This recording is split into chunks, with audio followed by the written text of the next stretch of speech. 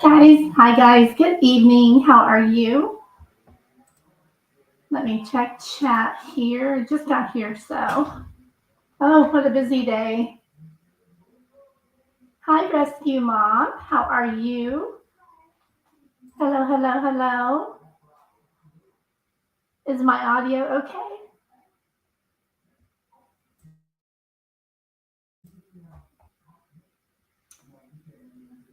Hi, Ellie. How are you doing? And my favorite girl, Alex, is here. Alex Erickson. If you are not subbed to her channel yet, you need to. I love her channel.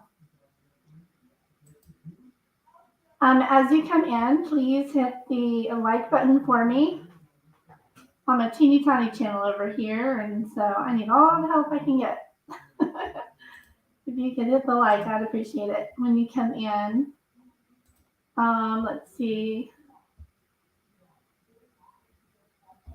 Let me go up and chat for the let me. Hey, Tanya, how are you doing?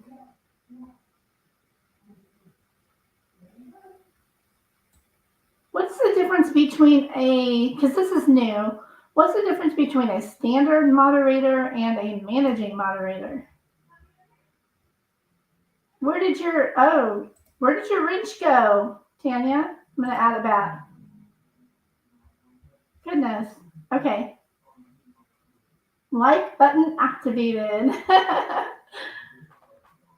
I'm glad to see you guys. So today I watched the whole defense direct questioning of the witnesses that they had up today. I took a lot of notes, a lot of notes. I want to start there. I have a whole thing planned as far as like what you can see on the screen, all these people connected to the case, in some way or another.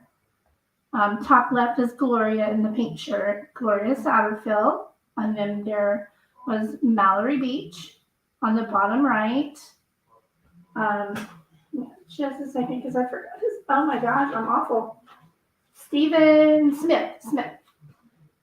And then there's Maggie. And you can't really see Paul in that one, but. Am I passing out wrenches? Are you wanting to mod for me, Rescue Mom? That would be awesome. Let me do that. There we go. All right, so I wanted to, just kind of chat a little bit, give people time to come in here. Hope you guys had a good day. Did any of you watch today's hearing? I took a whole bunch of notes all day long. It was crazy. There were a few times where things got kind of fiery. I think the defense did a pretty good job with some of it, and I think they did a really bad job with some of it. When I watch a trial, I really try to not make my final decision until both sides have put their stories out there and there's been the cross-examination and the redirect and the recross. I try not to make a final determination on a witness until they're just all witnessed out, because a couple of my opinions about the expert Mike Sutton, who testified today, a couple of my opinions about him changed twice while I was listening. So I just took notes and then kept track of, where I was. But yes, Buster was up first today. And he did not show as much emotion as I really thought he would. Oh, by the way, if you have a channel yourself and you would like to help me out, because I don't get very many in my chats since I hardly ever go live, if you would be willing to hit the share button and then share it as a post to your community page, so maybe some of your people I know we have a lot of members that are, or not members, subscribers that are, we all know each other. You know what I mean? So I'm not trying to poach anybody or anything like that. Titanium Built has a channel as well. That's Tanya. Sorry, girl, Tanya. And so please make sure that you subscribe to her too. But yeah, if anybody in here has a channel, let me know. I am more than happy to shout you out as well. I like that most of the channels that I associate with typically don't have too much of a problem with that unless you're just coming into chat to say, hey, I'm going to go live in a little while. Come join me. I don't like that. That's just straight up self-promotion. But I think it should be the channel owner doing promotions. But anyway, okay, so he was up first. He talked about himself, his family, and the property, kind of got everybody familiar with, who he is as a person. Hi, Amanda. Good to see you. I'm happy to see you. I think this is your first time in here, isn't it? Welcome. Be sure to hit the like button for me. Oh, I am going to pin this if you don't mind. Since you said it, I'll just pin it. Thank you, Tanya. Okay, so Putin had the floor, and they went over all the text and call history. There were a couple of things that he said that I wanted to go back and verify, but I can't find any of the call histories, especially on Alex, past 10:34 p.m. on that night. And I had one more place I was going to check and see if that added up, because I didn't remember any testimony about Alex calling Buster, but he testified that Alex called him that night. He said that he and his girlfriend left, and his words were, left 10:30 to 11. So, and he said he sat there in shock for a few minutes and his girlfriend packed him up. So I kind of thought, that's awful fast. And I know I didn't see any phone calls, because I did check. I didn't see any phone calls from Alex to Buster before 10:34. And that's where the record stopped. Oh, hey, thank you. Okay, so I thought that was kind of weird. I can't verify a phone call from Alex that night to Buster. But Buster said he called him and that they headed that way. He also said during this testimony, he revealed that he is the one, there was that mess that Blanca, the housekeeper, testified to. She said she found a damp towel in the closet, and what was it? Some pants and a t-shirt outside the shower, right? Well, Buster said that night they got there at like 1 o'clock in the morning, drove straight through, arrived at 1 a.m., that he, his girlfriend, Alex, and Jim Moran, I believe is the name, left from the home and went to Alameda. Alameda is where Alex had gone earlier in the night, remember? He was gone from 9:06 to 10:05. So they went back there. Buster said that he and his girlfriend didn't feel comfortable showering at the Alameda house, which was his grandparents' house. I don't really understand that, but so he and his girlfriend got up early the next morning and went back to the Moselle residence, and that they showered there. I wonder if there's going to be any rebuttal evidence that would be allowed, because I know that night, SLED and the police didn't take any photos of the inside of the home. which I think was stupid. But anyway, so he said that he left the mess that the housekeeper found. I don't remember him saying anything about the pajamas, but he said that he left a mess in the closet and the shower. So that kind of covered Alex, right? The state has kind of implied that he ran to the house and showered and left, which he still could have. All of this still could be true. But I try to weigh them. And in my mind, I'm thinking, is Buster just saying what he needs to say to cover for his dad? Or is it true? Or are both things true? You know? Let's see. He said that he's the one that packed, the t-shirt. Do you remember the t-shirt that was testified by Blanca that was like falling off the shelf in the closet? He said that he's the one that packed up his dad's bag that night and that he probably knocked over the t-shirt. Oh, did he? Did he keep looking over at his dad? I did not. I couldn't tell where he was looking. I did see that he was kind of looking to the left, but I couldn't tell.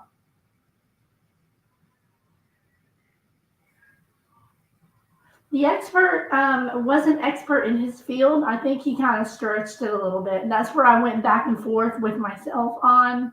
You know, I was like, okay, he's really good at this computer stuff, and he's really good at CAD, which I'll get into in a minute, because I'm actually familiar with CAD. But so his animations and everything were great. But man, the state tore him apart on that. If you saw that, oh, the whole courtroom was laughing at this witness. It was terrible. But the video was really good. He's very good with accident reconstruction, yes, but not guns. And that was a really good point. And he kept trying to say on cross that it didn't really matter. It didn't really matter. He could see. But it was revealed, by the way, that he apparently found the last pellet that the police missed. And the state went back and forth on that as well and said it could have been any pellet, but he was insisting that that was the pellet. So I've got a few pictures from today as well. I need to be pulling up while I'm talking here to show you some pictures from today. Just a second here. View. There we go.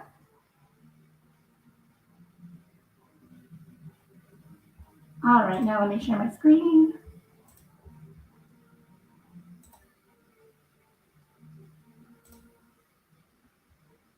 Okay.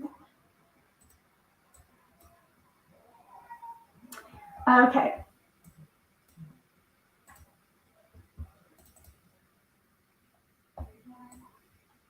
So there was Buster today. And I'm going to wait for a second and make sure that shows up on my, there we go. All right, so that was Buster today.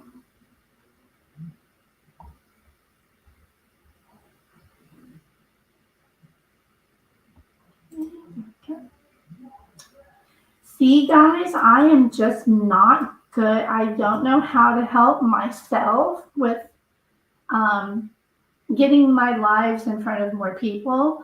When I used to do lives, for some reason, I had no problem getting like 100 people in here normally.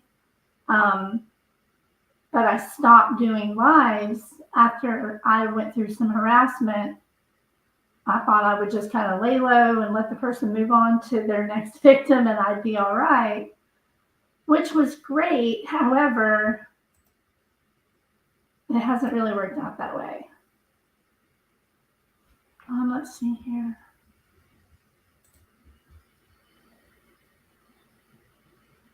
Are you guys able to see Buster on the screen?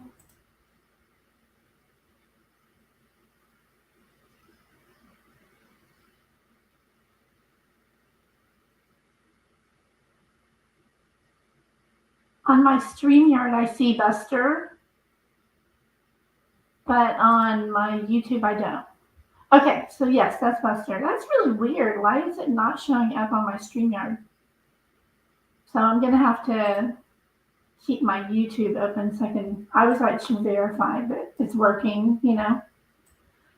Okay, so deep breath.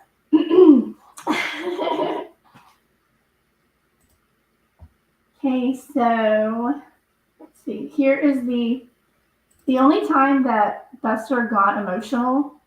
I mean, that Alex got emotional and Buster got emotional is when they brought up this photo on the boat. Alex started crying when this photo came up. This is the reenactment that the defense expert witness put up. And that's the video that they made, where it was like slideshow, really. But this is the trajectory that they determined based on where it hit the doghouse here and the quail pen over here, the angle. Well, as you can imagine, looking at these figures, I wish they would have gone with a different color, right? Because I was watching a pro Alex chat as well on channel, which of course means it's going to be pro Alex in the chat. And I was watching pretty much what I call an anti-Alex channel, Emily D. Baker, where, you know, they're just, he's guilty and that's it. No other, you know what I mean? I don't really delve into the state side or the defense side too much. They don't really, I don't think they give it a fair shake sometimes. But anyway, so everybody in the pro Alex chats were like, oh, this is genius. This proves it could have been two people. And this, the state was making fun of this presentation. There were people in the audience laughing. And the part that got me the biggest was when the state got up there for a cross and kept referring to these figures as children. And the courtroom, there was audible laughter in the courtroom. And they kept calling them, let me see what I have written down. It was so funny. One second, I want to find this. Because I wrote down exactly what he said.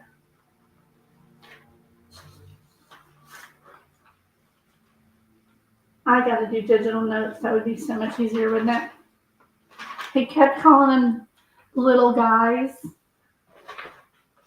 And even one time he said, poor little guy, talking about these figures. It was quite pathetic, really. But so depending on which side you're on, if you've already decided, these were either really cool or really hilarious. It was funny. So hang on, let me go back and check.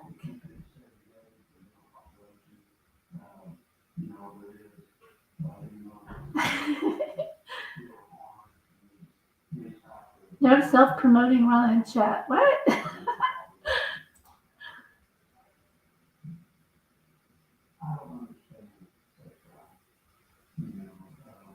Okay. All right. So let me see what else happened today.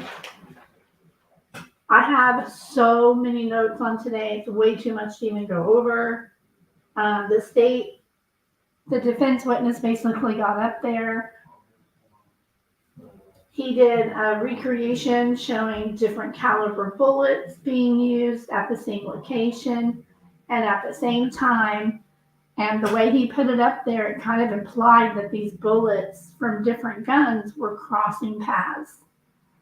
And that is what planted that seed of two shooters. Hello, Jane Doe. How are you? Good to see you. They played the Pharaoh scan again. That's what it is. I'm not live on my. There we go. Ha, that's funny. I paused my own live a little bit ago. That's why it wasn't updating my screen. Okay, so the defense expert witness states that he is positive that the shooter or shooters were 5'2" to 5'4". And everybody in the chat on both sides, both chats that I was watching, were screaming that it was Blanca, which I thought was funny.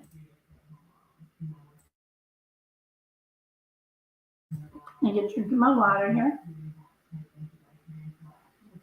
I get so nervous. I get dry mouth. Okay.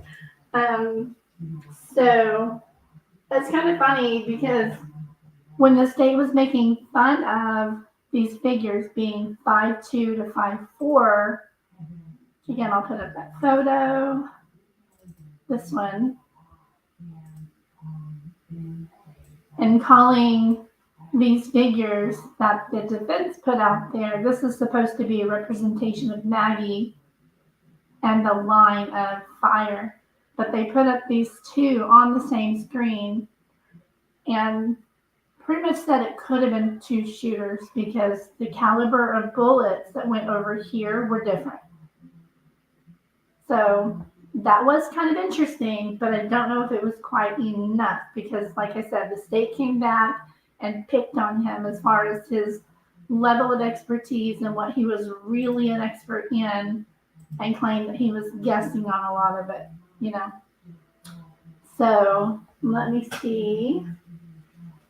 But we know that Alex is 6'4", and even I was watching in the testimony, they did say that if on his knees, he himself would have been about 4 feet.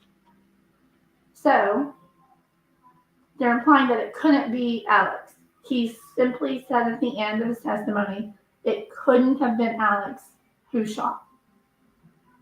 That's their expert witness. But the little, who is that Star Wars creature that's all silver with the one gold leg? Why am I forgetting his name? That's who these creatures look like. They look like some kind of aliens. I really wish that the defense would have used a different color. Maybe just a yellow or something. I don't know. But the silver, everybody made fun of this. It was bad. So let me see if there's anything else. They got into all the math and all the trigonometry, and it was way over everybody's heads. Even though I was taking notes and I could read you my notes, I don't understand any of it, and I'm not a dummy. But I really didn't understand everything that he was trying to explain. So I don't think that an average jury would understand most of that part of his testimony, honestly, unless they have flow charts to go by, because it was a lot. Okay, let's see here.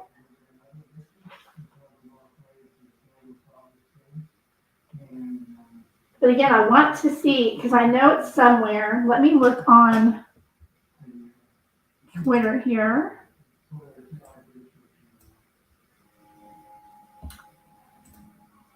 And I just retweeted.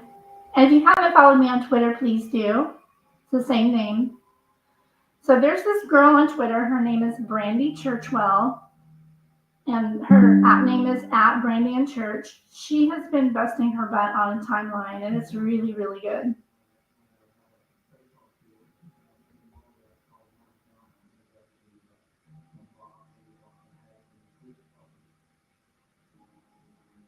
Hi, Amelia.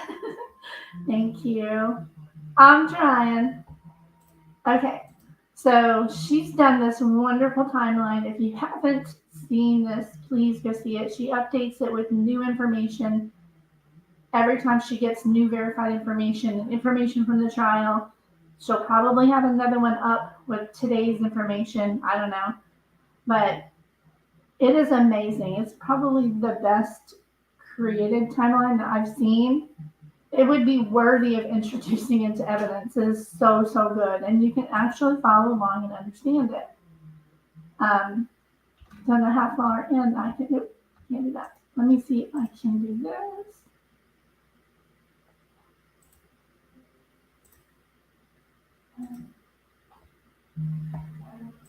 There we go.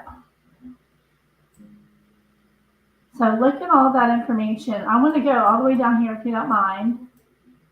The time, that's the time column. Yeah. Okay. I'm trying to see if there's anything after. Nope, see, it stops. Let me go look at the other page.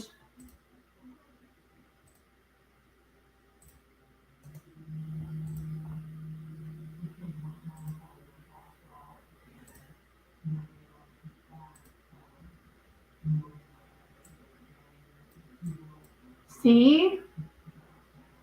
That's just driving me crazy because I really, really want to know if he actually called Buster. Because he would have had to call them while the police were there. And he kept referencing who he was talking to. Rescue Mom. Aw. Thank you so much. I really appreciate that. Thank you. I love you. You're awesome. I really do appreciate that.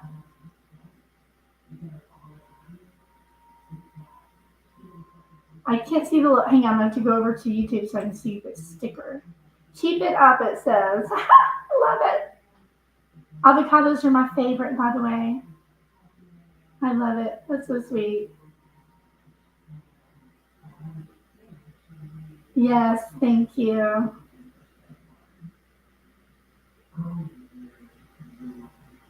I love super stickers better than super chats myself. I think stickers are so cute. Okay. K-Brace, hi. How are you doing? K-Brace says, I wonder if Alex is 5'6" sitting on an ATV. I wondered that as well, and nobody talked about that today. They were bringing up all kinds of scenarios, but nobody asked it. I've asked that too in a lot of chats, and I've never gotten an answer either. To know, you would have to see, there is actually a photo that they showed today in trial of him from the side that had all of his measurements. I don't remember how far it went down, but I think it did go to his waist. It showed that he's 64 inches at the shoulders and 25 inches at the knee. So I guess if you'd have to measure the tires on that ATV up to the seat and then add roughly 50 inches.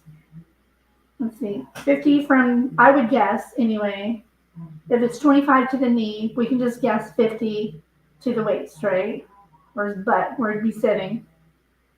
So I would say 50, take that off, and then we know it's 64, so you'd add, I'm just doing some very rough math in my head here. His torso would probably be, I'm going to guess 34. So let's just go 35. And then the head is probably, what would you say, 10? So 50. Let's just round that up to 50. So how tall do you think, how far do you think it is from the ground to the seat of the ATV? I know they usually sit a couple feet up off the ground. So, oh, I really want to figure this out because I've been wondering it too, K-Brace. I really have. There's the wheels and then the body. There's not much of a body. It's mainly the seat comes up another foot. So 36 plus 50 is what we're going to go with. So that's 86 inches. No, that'd be too much because he's 64 to his shoulders, and I'd say he's like 76 inches tall. whatever 6'4" is. I don't have a measure tape. 6'4" is what he is. It kind of makes sense though, doesn't it? If you were to take, can anybody look up for me how many inches is in 6'4"? Well, I mean 12 times 6, right? Yeah, I can do it. Let me grab my calculator. I'm not doing that much in my head. 12 times 6, right? I said 76 and I was correct. That's funny. He's 76 inches tall. If you take off 40, I think 40-ish would be the bottom half of his body. So I'll just go with 40. Then 56 inches. So 56 divided by 12, we're going off on a tangent here, is 4 feet 6 inches, y'all. K-Brace. That's not bad, because that would be what? The height of a short person. If he held it up on his shoulder like normal from that height, that might actually be pretty perfect.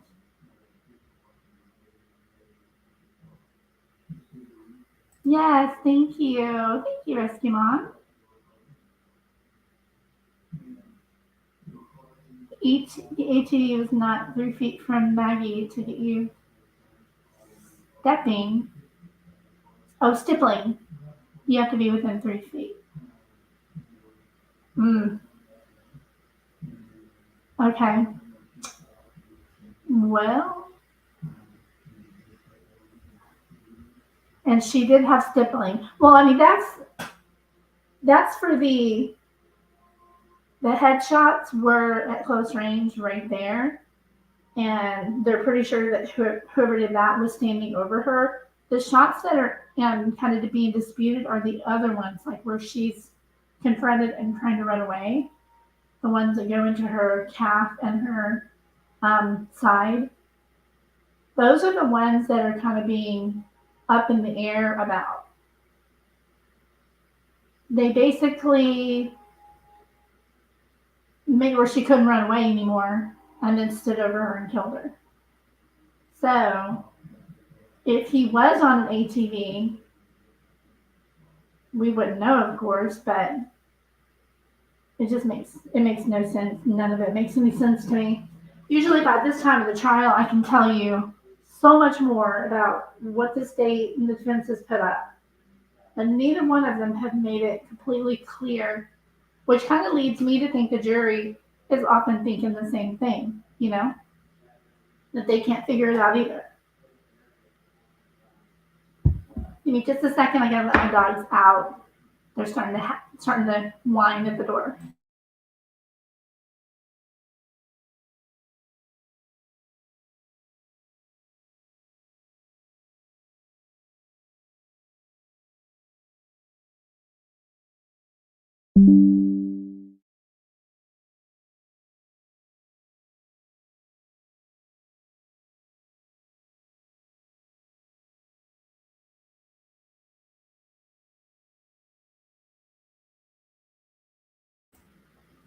All right. Okay. So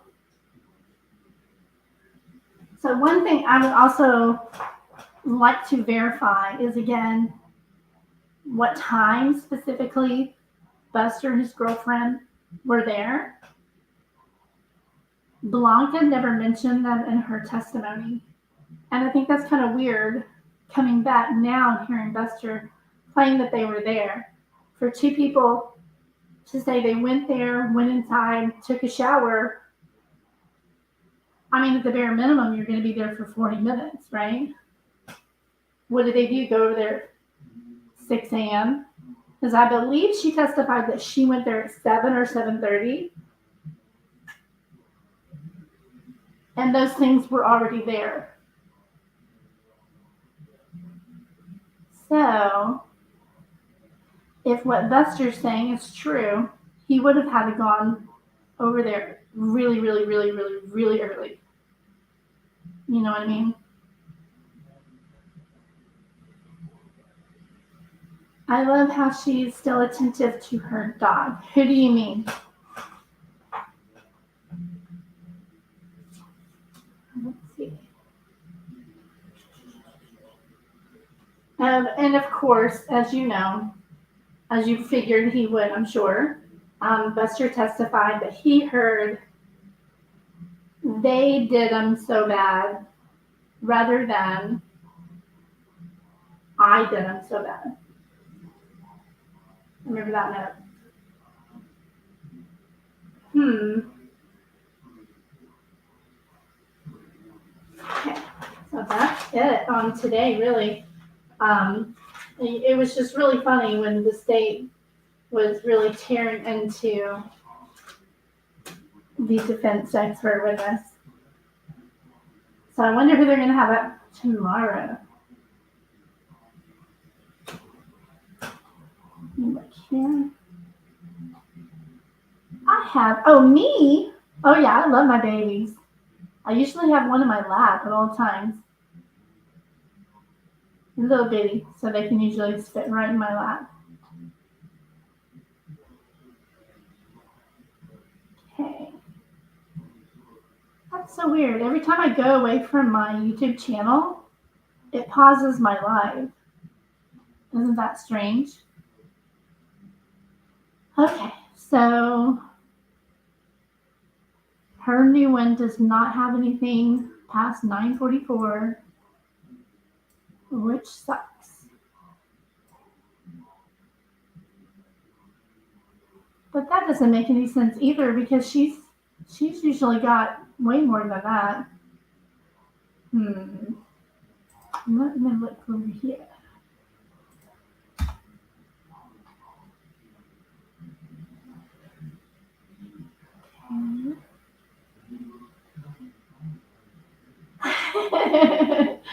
Okay.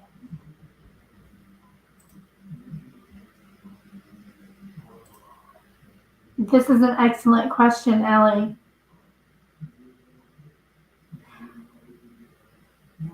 That's a really, really good question. I think the jury, if they catch that, they're going to say,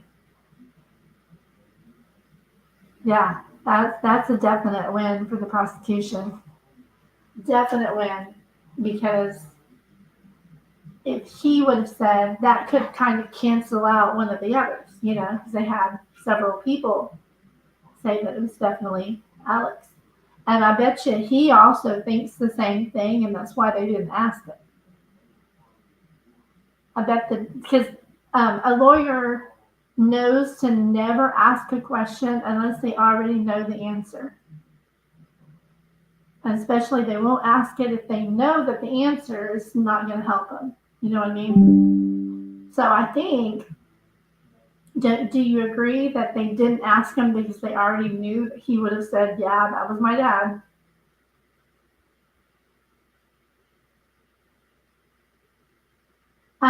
The prosecutor couldn't ask because they're not supposed to delve off of. So there's cross-examination. You can ask somebody about A, B, C, D, and E. That's the direct. So I just asked you 5 questions. The state can then come up and ask you follow-up questions to only A, B, C, D, and E. They can't go off on F, G, H, I, or J. Sometimes the judge will let you, but they usually will not. It's actually, if they'll counter it by saying, objection not asked in direct. And they'll almost always win it. So the state wasn't about to ask him that. But I think it would have actually been worth the risk. What's the worst that could have happened if the state would have asked, hey, was that your dad's voice on the kennel video? The defense would have objected, but then the point still would have been made to the jury. They say that juries, disregard things that are objected to, but I've served on 2 juries, and I'm telling you, I'm sorry, they don't.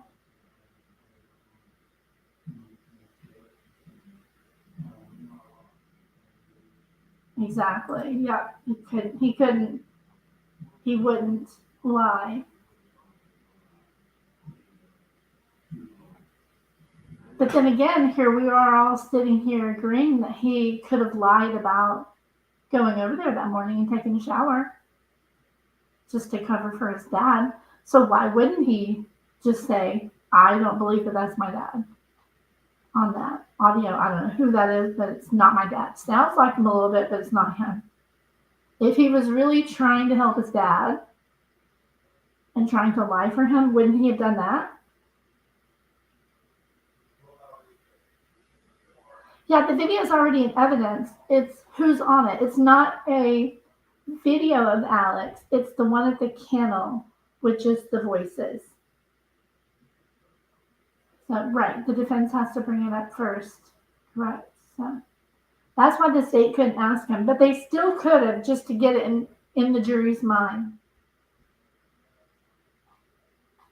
Because even if a jury doesn't talk about it later, it's still in the back of their mind. It's still there. He's already gone now. He already had his cross, the recross. I'm sorry. Bear with me. Direct and then cross, redirect and recross. He's done. He's off the witness stand. So yes, totally. So because the defense didn't ask, he couldn't answer. He couldn't just say it out loud. Oh, and by the way, that wasn't my dad, or that was my dad. You know. I wonder if they can do that. I actually didn't pay close attention to what the judge told him when he dismissed him. I don't know if he told him, you could be called back. I don't know. But if the prosecution catches on that, hey, wait a minute, he said his dad called him at 10:20, 10:30. There's no phone call to indicate that. Let's call him back and prove he's lying for his dad. Maybe they could do that.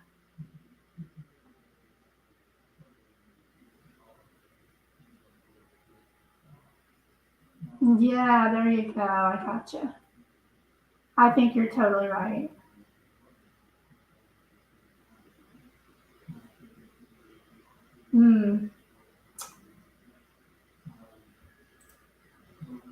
Okay. All right. So what I did was I have like a whole total timeline of, I'm not joking, the whole family history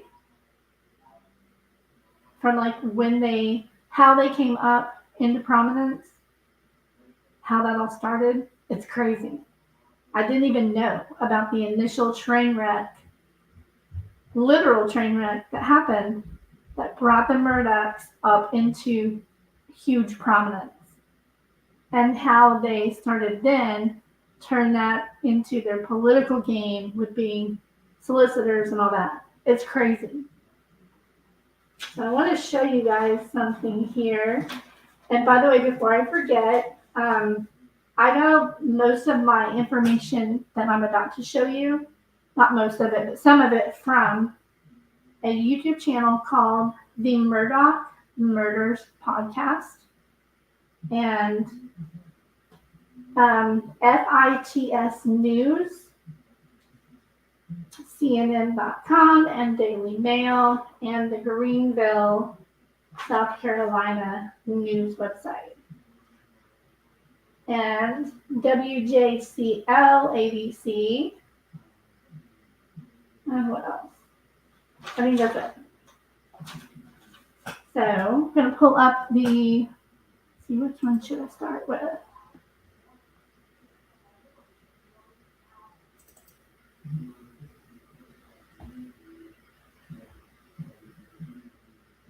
All right.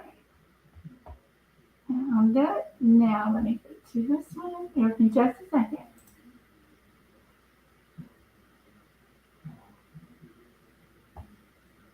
I hate finding my folders that way. There it is. Okay. So this stuff is pretty interesting to me. Like I'm not going to read everything that I put together. I'm actually going to make a video where I read all of it and show all the photos. But for purposes of the live, I'm going to cover some of it. I don't know about you, but I cannot handle being live for hours and hours and hours. I just have too much going on, with my family and everything. So I try not to make my lives too long. And also, I feel like they're a little more digestible like that. So people can actually feel like they can come in and get something out of the live and not spend 3 hours here and leave knowing something that they might not have known before. So I'm going to start with this.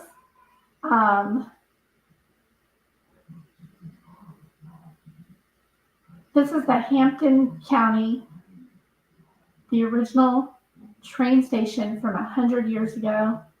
I think it's so cool. That end of it right here is that. That's where it all started. And I'm going to read a little bit of this. They already had family wealth long before they were lawyers, but it was actually a train wreck that kind of brought all their tragedy and their family fortune. So there was E.R. Ginn Jr., known as Little Ed. He had a family farm at Alameda, and it was a neighbor of the Murdaughs prior to and during the Great Depression.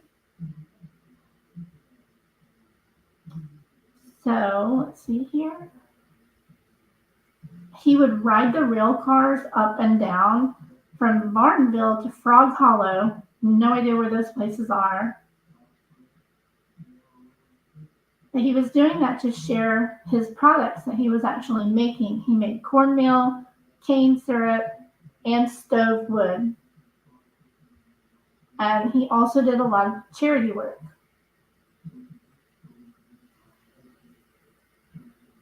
He was only 18 years old. He was riding between the railroad cars one day.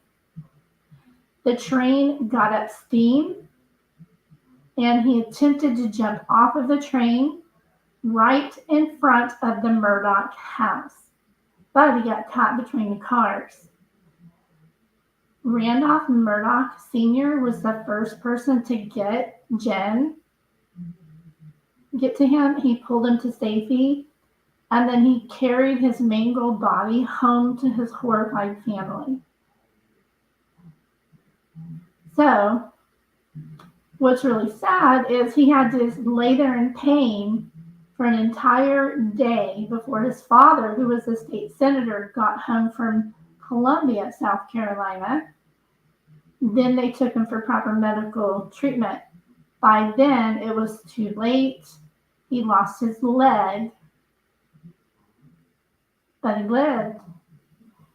He actually survived that. It's crazy to think that 100 years ago, somebody could survive getting mangled by a train for a whole day and then survive losing a leg.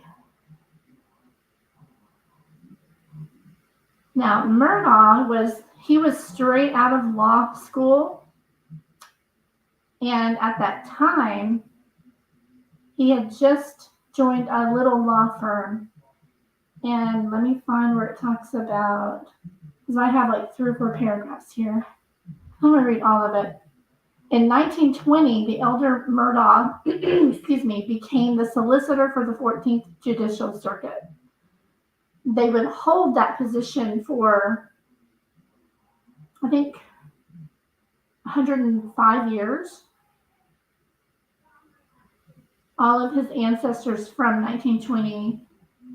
So it was his son, Randolph Jr., his grandson, Randolph III. 3 generations.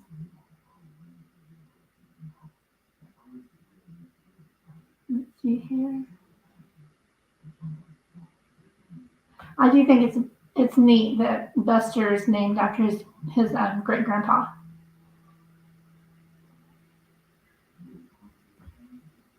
But apparently by then, that law firm had amassed quite a bit of prosecutor power over the territory, all over the territory, excuse me. And let me find where I put about what else I did for Jen.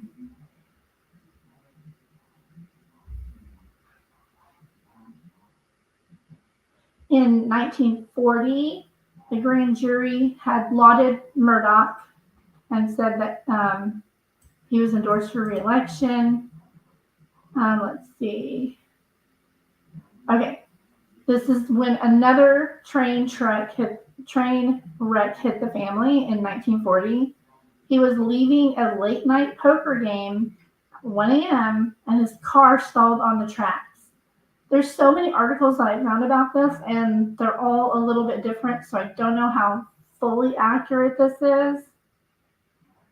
But several reports state that he was just sitting there waving at the train as it came closer, and that he tried to move forward a little bit and then mysteriously stopped in the middle of the crossing,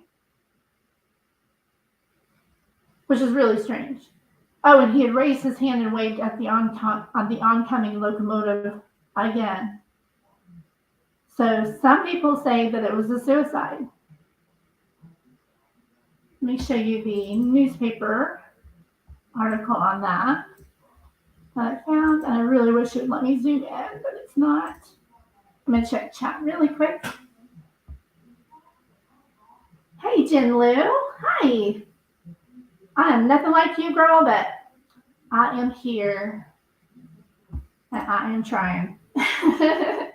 Welcome, welcome, welcome. Jen Lou has an awesome channel. It is the Ward Case Files. Jen Lou, could somebody put these people's links in chat for me? I would be totally great with that.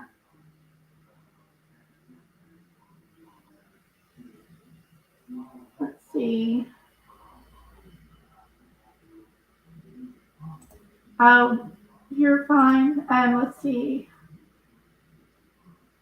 Thank you, Rescue Mom. I appreciate that. So this was the headline from when he was killed by the train. So that's another train wreck that hit the family, literally. If you could put Jen Lou's and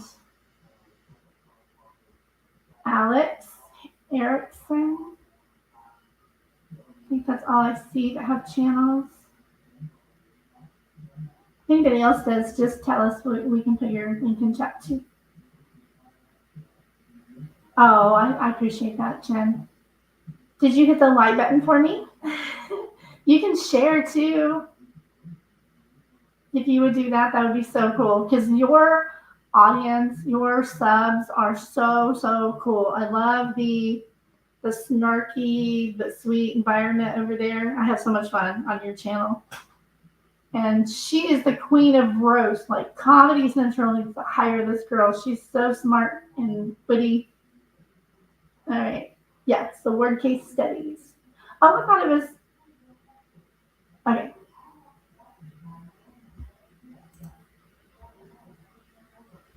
Okay, so that impact hurled his car 900 feet up the track, totally wrecking it. Murdaugh Sr.'s body was found beside the track, 150 feet from the crossing. He had been suffering some health problems for the last year or two. And the articles kind of went back and forth on this, but I think it's probably true. It says that locals have also wondered, without any direct evidence, but they wondered if alcohol or suicide was involved in this crash. But if you look up actual historical records on it, it gives no clue which it could have been, or which it probably was. It was ruled an accident. So the Hampton County coroner's jury simply ruled it an accident. So we'll never know exactly what happened.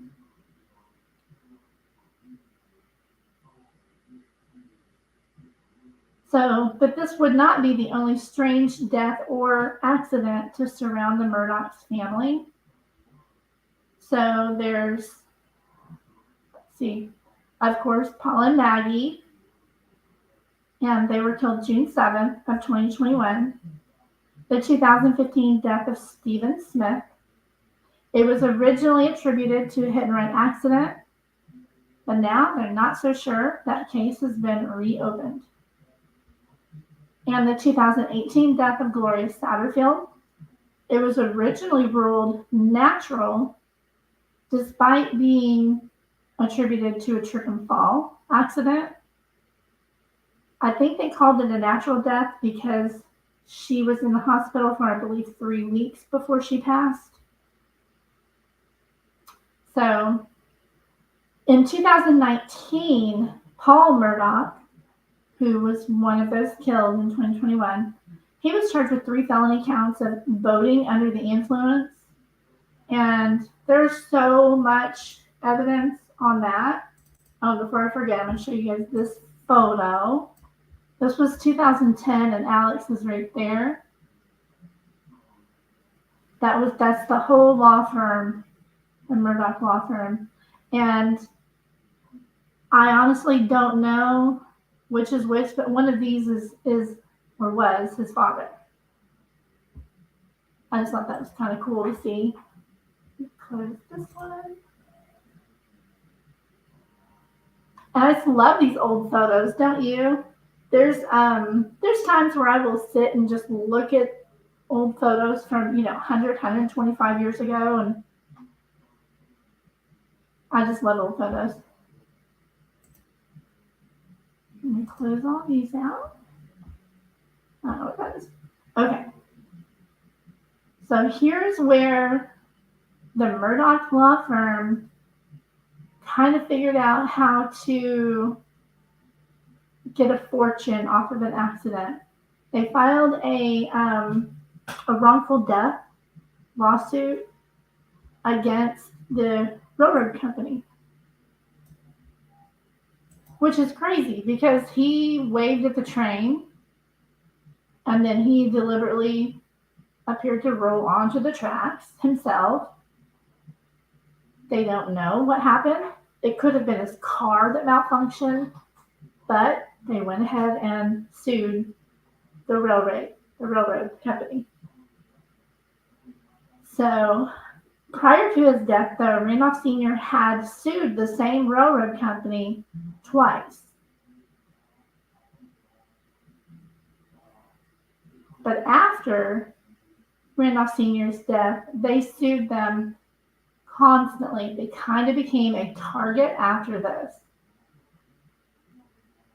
The only good side of that is that they have, all these lawsuits have made a lot of railroad crossings a lot safer, not just in South Carolina, but all around the nation.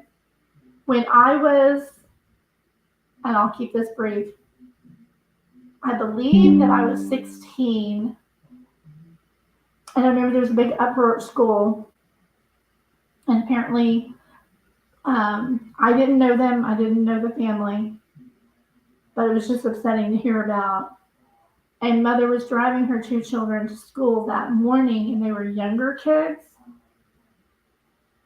and there were no crossing, no lights, no drop-down bars, nothing at this crossing. And I remembered I grew up out there, and you just knew. You stopped before you got to it. You would roll your window down manually because I'm old, and you would look and listen both ways before you cross those railroad tracks. Don't just trust the person in front of you, because I would see people race to get across it before the train would come.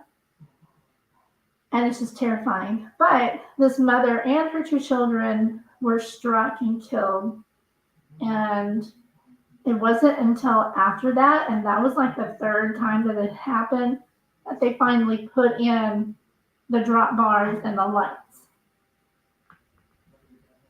And if you think about it, that wasn't that long ago. That was only, I was 16, so it was 86, 85 or 86. But, and it wasn't for maybe 3 or 4 years later that we finally got crossing stuff up there. It was the 90s before we got anything safety related to trains. Hi, Diane Marie, thank you. Good to see you. I still have a thing pinned up here, don't I? Sorry. There we go. Okay, hold on.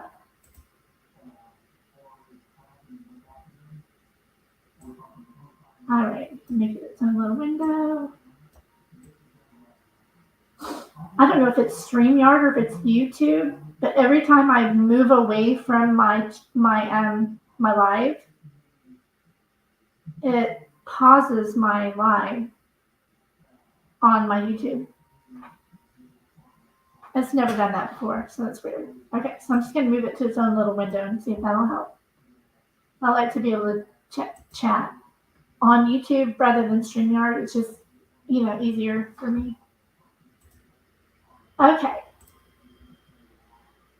So in this lawsuit, they allege that the train was traveling at a high rate of speed, failed to blow a whistle or ring a bell. So they were at fault, even though it was a foggy night, but there were also trees and stuff around, and they said that it placed him in sudden and imminent peril. This was also one of the accidents that brought on the new laws that were implemented. These were already implemented when I was growing up, but as you are aware, I'm sure, just by looking around, there can't be trees and bushes and anything like that within, I think it's 40 feet of a crossing because of lawsuits like this. But they ended up getting a large amount. The amount was never disclosed. So a lot of their family fortune came from the death of Murdaugh Sr. And that was the original Buster Murdaugh's grandfather.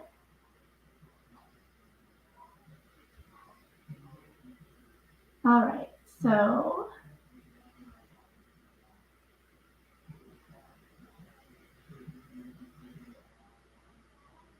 bear with me. I'm looking through what I've got together here because I don't want to read all of it. So PMPED made a name for itself in representing, quote, the little guy, which is kind of funny that their animation today featured 2 little guys. I'm sorry, I just made that connection. So they made a fortune.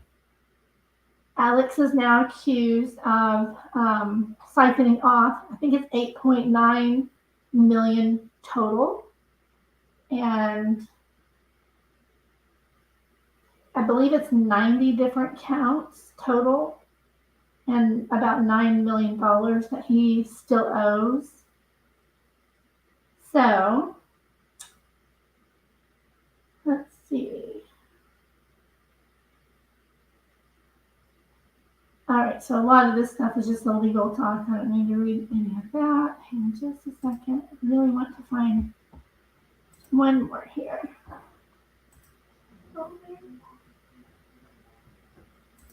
Bear with me, I'm rusty.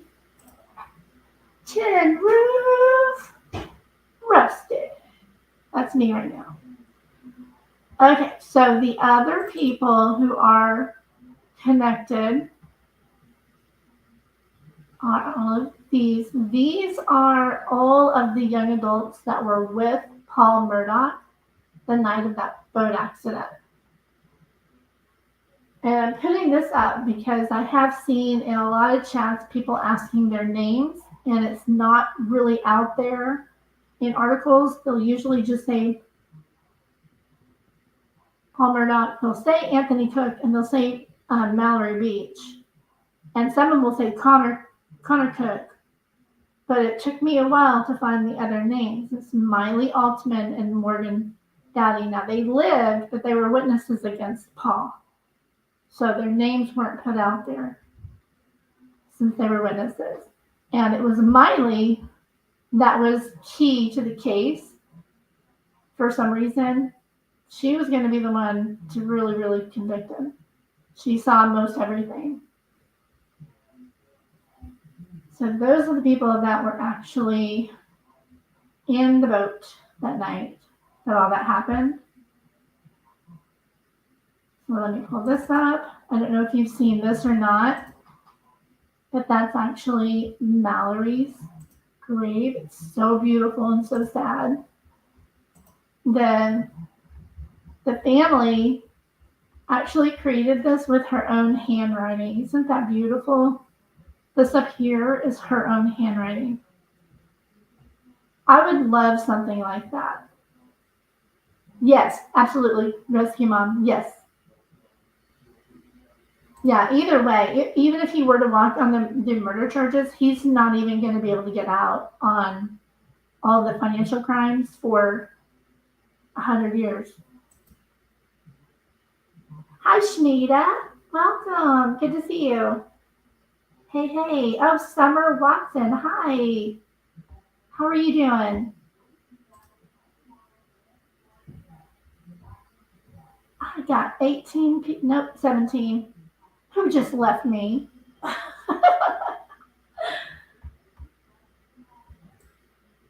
Dadgum, as Alex says. Well, okay. Well, I'm good. I'm glad to see you, Summer. Thank you for joining me, Shmita. I'm so glad to see you. Crazy Mama's here. Hey, Crazy Mama. How are you? I hope you're still here. Somebody left, but I'm sorry. Okay. So let me go back to my folder here. If you saw how much stuff I've got in here, it's crazy. All right, so the boat.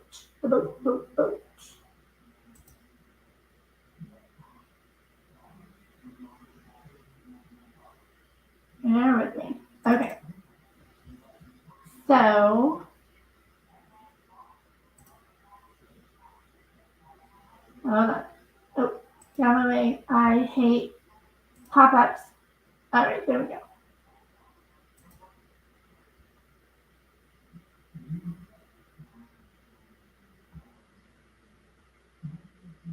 Okay, so I know that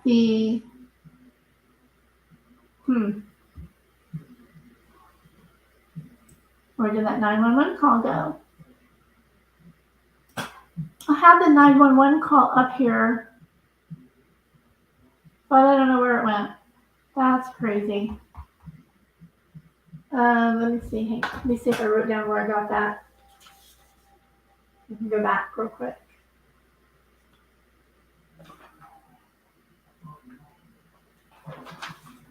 Of course, I don't think I wrote it down.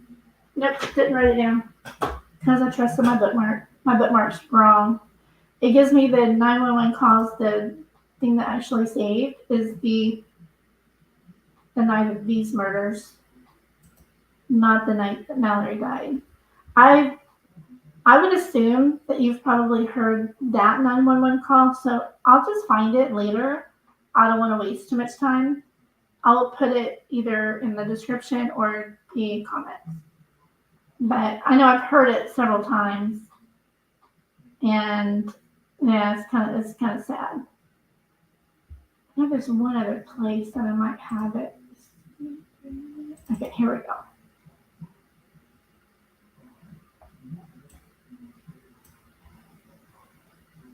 How I can function. We're on the main road. You won't miss it. Get that motherfucker right there away from me. Guys, in that one. Bro, you fucking smiling like it's fucking funny. Sit down. Sit down. My fucking girlfriend gone, bro. Sit down. You think it's fucking funny? Sit down. Sit down. Sit down. Oh, this rock fucking hell. Sit down. Sit down. Sit down. Hey, somebody put him in the car. The one with the towel. Go ahead.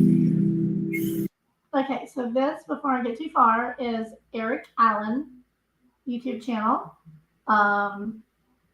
He actually has, if I'm correct in my memory, this is part of the 911 phone call. And yeah, okay. I'm going to go to his channel really quick because he had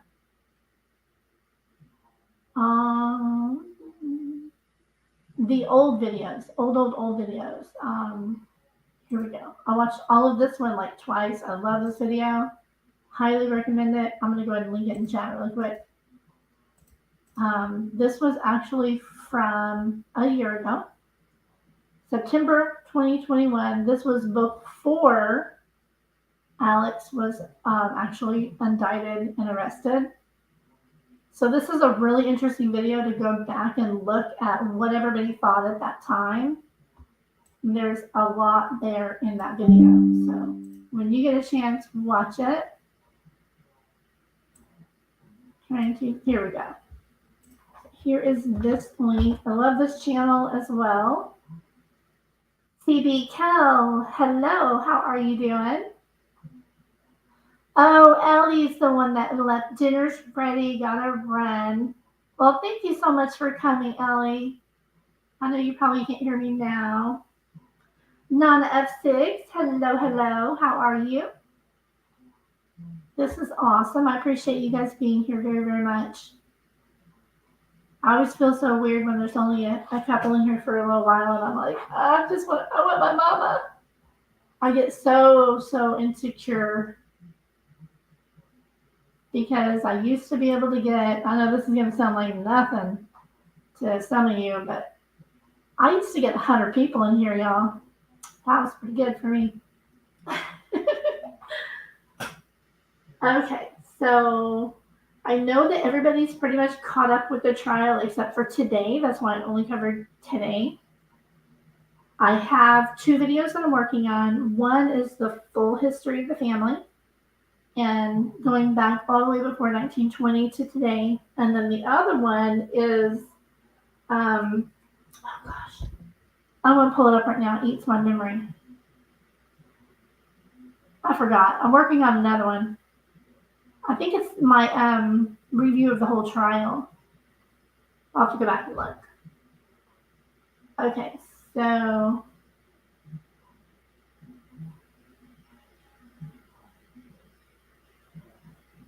yeah, I'm looking for the other one that I have on Mallory.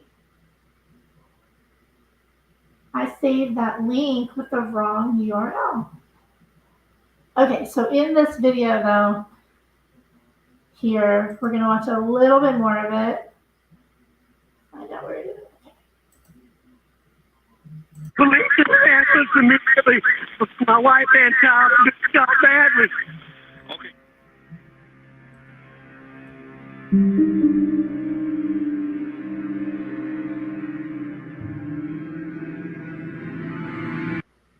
At the time, you may be surprised how affordable. Really? You can give me commercials right now? I hardly ever get ads on YouTube. Okay, I'm trying to skip. Okay, here's Mallory. And again, I'm only going to play a little bit of this because I do want you to go watch the whole thing because the creator who made this deserves the views. But here's a little bit of this. wondering what I have to do with any of this. Well, I'm not a reporter. At the time of filming this, I have 13 subscribers on YouTube. I'm not. Did you hear that? He had 13 subscribers when he did this 1 year ago.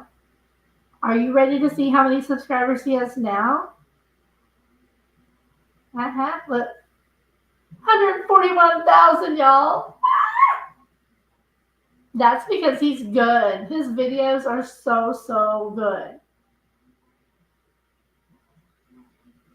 I just found this guy like, gosh, maybe a week or two ago. Mentioned on somebody else's channel, and I thought I'm gonna go check that out. And wow, he has gone from 13 subscribers this day a year ago, 141,000 now. That's crazy. And look at that, 1.1 million views. Woo!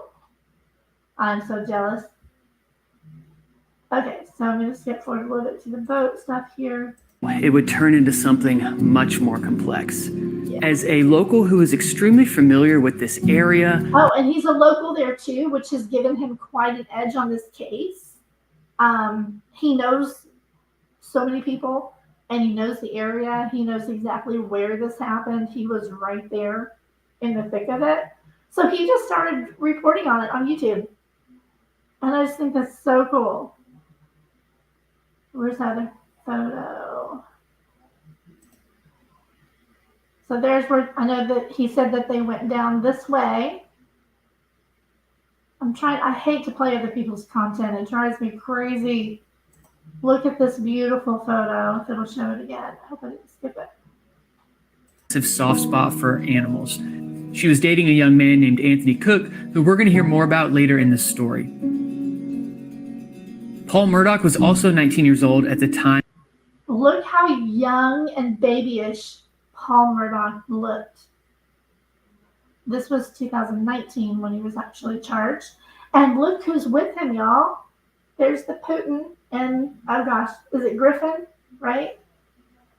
Oh, you're in Charleston, South Carolina? That's so cool. All right, let me check my live chat again. Yeah, we're good. So, I mean, he was a baby. But he was out there that night acting like a fool and ended up hurting a lot of people. And where did I put those photos?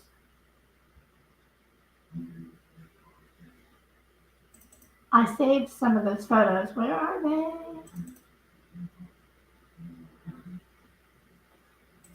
Okay, no, I'm not gonna worry about it. Because he shows some of them in here too. There's the Murdaughs that I was just reading about. During this time, the law firm that was started by Randolph Murdaugh Sr. had been growing and becoming more and more successful as the years. That's the actual building that they had since 1920. You guys really got to watch this video. It's so good. There's right there. Here, I'll just play this part. It's apparently the most replayed part of his video. If you can see right there, that spike. And if you hit it, you're in big trouble. Don't ask me how I know. Don't ask me how I know. On February 23rd of 2019, Paul Murdaugh hooks up his dad's 17-foot Sea Hunt boat and heads to Parker's gas station to fill up and allegedly use his brother's ID to buy alcohol. Him and 5 of his friends meet at one of the Murdaugh estates on the river in Beaufort. Now, this wasn't just a random group of friends. Let me explain the dynamic between. Okay, I'm not going to take away from all of his research that he did. Here is a popular bar in downtown Beaufort, and the rest of the group stays at the swings overlooking the water. Paul orders a few drinks for himself. So these two were with a group of friends. They left them behind, standing there outside in the cold, and went in this bar for a total of 9 minutes. And they had lemon drops and Jägermeister, a couple of shots of those, and got totally blitzed. Started throwing things around, or at least Paul did. Casey, hello. Hi, girl. How are you doing? Thank you for coming.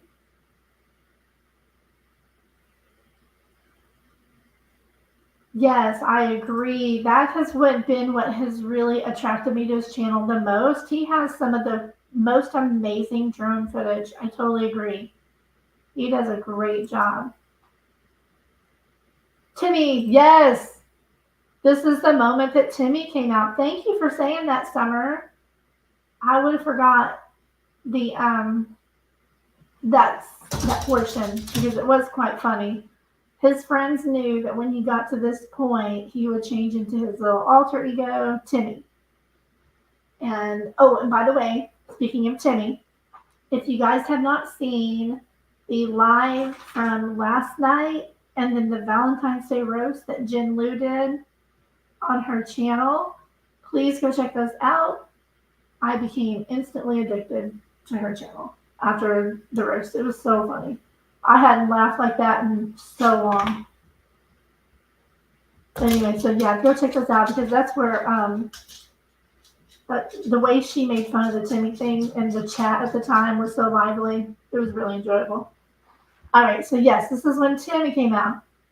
But they were only in there for 9 minutes and they got more blitz than they already were. Everybody was drinking. Gotta be fair. They were all drinking beer. But these two separated from the group and went and got a lot. And I think this is Connor, if I'm not mistaken. Myself and Connor before rejoining the group a little after 1 p.m. These are the last recorded moments of Mallory Beach.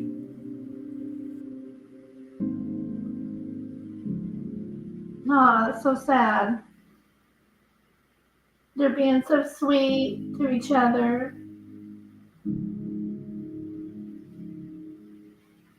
Aw, she leaned At on his 1:16 shoulder, in the morning, y'all, the boat and cried. leaves downtown Beaufort.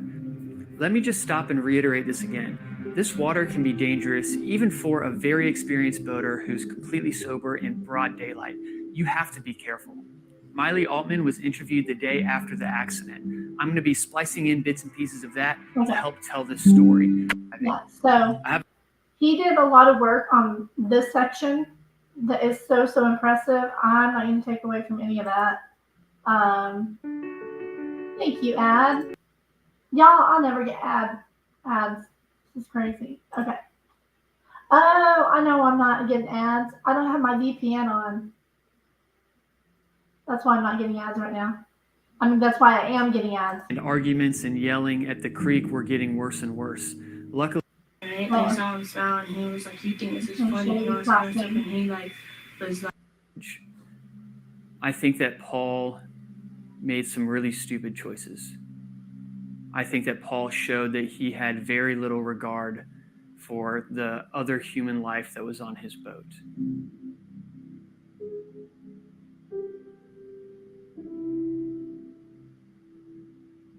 So it's 2 years later. I'm going to play this portion only because this is such old information now, but it gives a great perspective of what was going on at that time, a year ago, before all of this trial and stuff happened. Hang on. I'm going to go. I think it's here. Mallory Beach will be missed by so many people. As I sat at her grave, just taking some time and paying my respects, I couldn't help but feel a little overwhelmed. This story is just sad.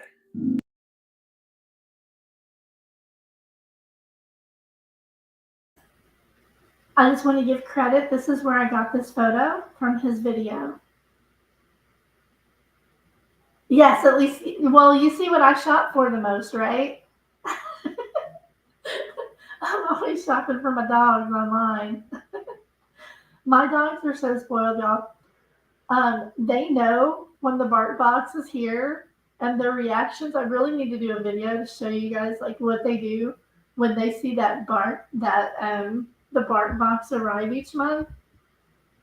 It's worthy of a commercial for the bark box company because they will not leave you alone. Once they see that box is here, we bring it in the door, they're all over you. It is so cute. They love their bark box every month. Love it. So if you have a dog or even a cat, they have so many cool things for your pets, and we really enjoy giving them new treats each month. LFT is in the house, y'all. Hello, how are you? Thank you so much for coming. Now I'm really nervous. Guys, I haven't gone live in forever. So, but I just wanted to stop this video really quick to give, again, it's Eric Allen credit for the photo that I took off this video that I showed at the beginning. And it's far from over.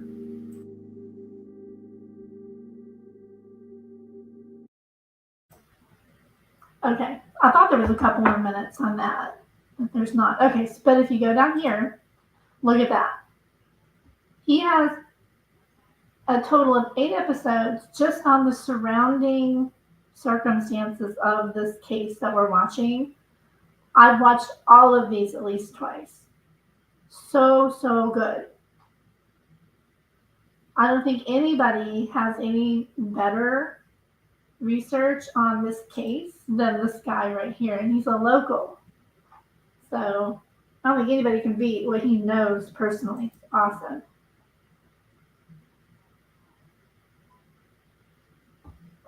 And I'm glad you're listening, LFT. I'm glad you can't see me actually, because like I'm so nervous. Okay. I'm trying. My cheeks are all red. It's so stupid. All right.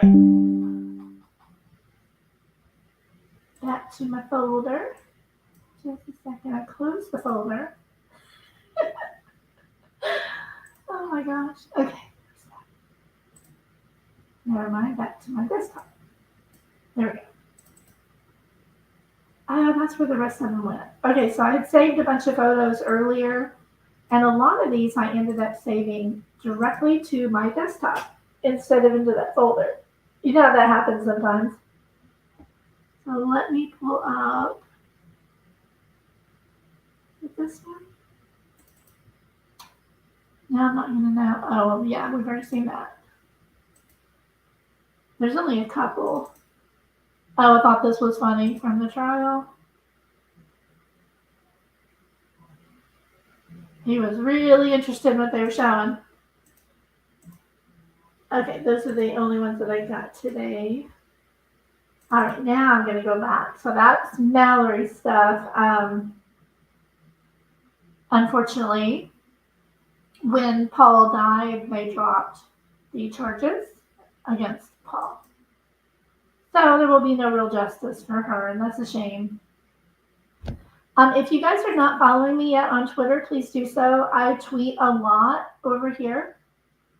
So please follow me and follow this lady. Again, her name is Brandy in Church. She's doing really good on keeping up with all of the data side of the case. Okay, so, and then the other place I've been watching is this one that I mentioned at the beginning, the Murdaugh Murders podcast on YouTube. It's 2 ladies, Mandy and Liz, that run this YouTube, and they do such a good job on this case as well. They feed off of each other very well.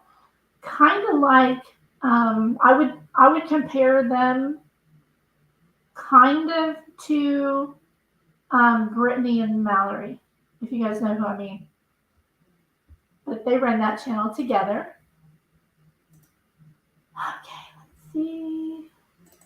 All right, so we're going to talk a little bit about Gloria Satterfield. Her case has been reopened. I did search because I wanted to go. I did it so I could do this and scroll all the way down because there's so much on here. Now, let's see. Oh, before I forget, because I do forget stuff. There is this that just came out today. My Reporting Live from My Sofa. Have you guys heard of that channel? Reporting Live from My Sofa. I haven't gotten a chance to watch this, but this guy's doing some really cool videos on this case as well. So I recommend this one as well for you guys. And I'm going to stick this in chat really quick because I just saw it in my links. I want to make sure I saved that one. I remember to tell you guys about it. So there it is in chat. And I haven't even seen it yet, so I can't say anything about it. Okay, so I was digging through all these really old articles on the Daily Mail. And I came up with this one. This one has been updated a lot. But if you peruse through this article right here, If Only Dogs Could Talk, there's a lot of photos in there that a lot of us haven't even seen. Like, here's one that shows Bubba and Maggie. And I wish I could get rid of the captions, but that was that night. I think we've seen a few of these. I don't know if you've seen that one. But do you remember early in the case when the caretaker testified that he had already cleaned out all of the dog kennels that day? I think it's weird that they're all wet. But maybe it was the rain. I don't know. So there's this chart that shows who was in what kennels. It shows that there was supposed to be a dog named Grady here in the very first one. But when I was looking at that first photo, it looked like Bubba was in the first one. Am I right on that or not? Were they in the wrong kennels? Okay. Murdaugh Mafia. I love that. Maybe I can claim that for this trial. I love it. Okay, notice how close Bubba's kennel is. Hang on. Oops, there we go. Notice how close Bubba's kennel is to the feed room. He's in the one directly right. Right, that's what I'm saying. When I went to the very first photo, it shows that that's Bubba.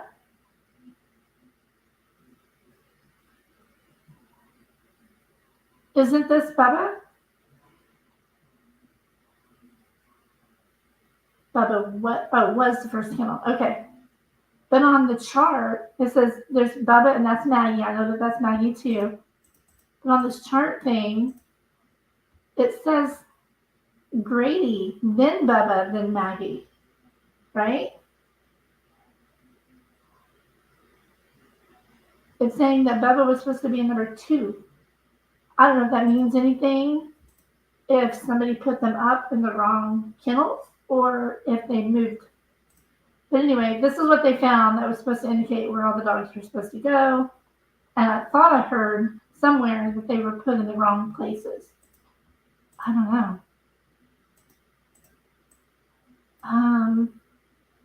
They called this his last cell phone. Oh, it does say video. Okay. So for anybody that hasn't seen this, this is that last video that Paul took probably 4 or 5 minutes before he was killed. He was going to send this to his friend, but never got to. Get back. Get back.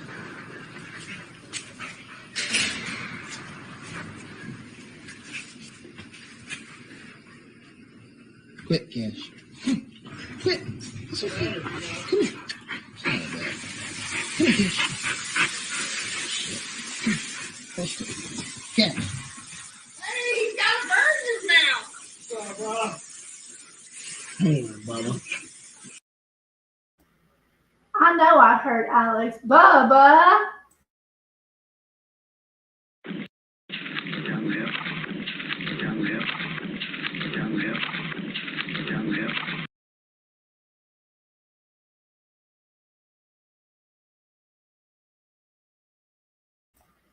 What is happening?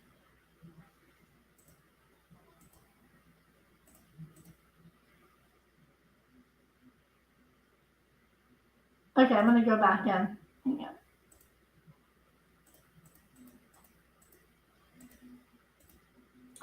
on. Okay, there it is. All right, so I had just tried to pause it to say I know that was Alex.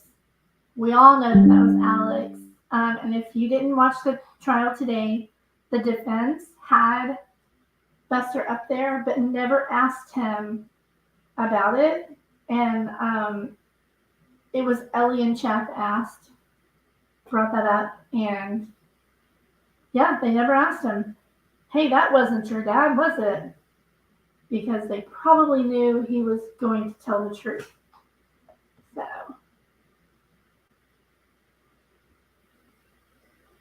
I do apologize for the pause mess up there. Get back. Get back.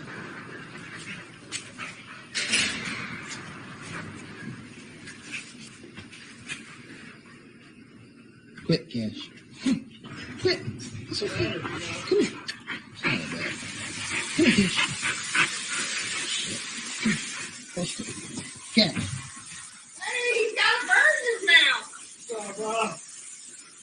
Hang on, Bubba. It's a guinea. There's a chicken. Come here, Cash. Cash. Quit.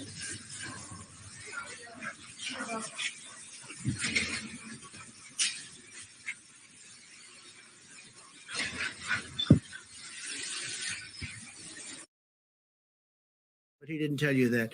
Now, Yeah, no, we're not doing that. Okay, that's awful. Where was this pin at? Let me go look at the pictures again here. Oops. Yeah, he's supposed to be in the second one. So Whiskey Mom says they were moved. And who just said something about Maggie? Maggie was very particular to where the dogs needed to be, according to the kennel helper. That was the guy that testified that he cleaned these kennels that day.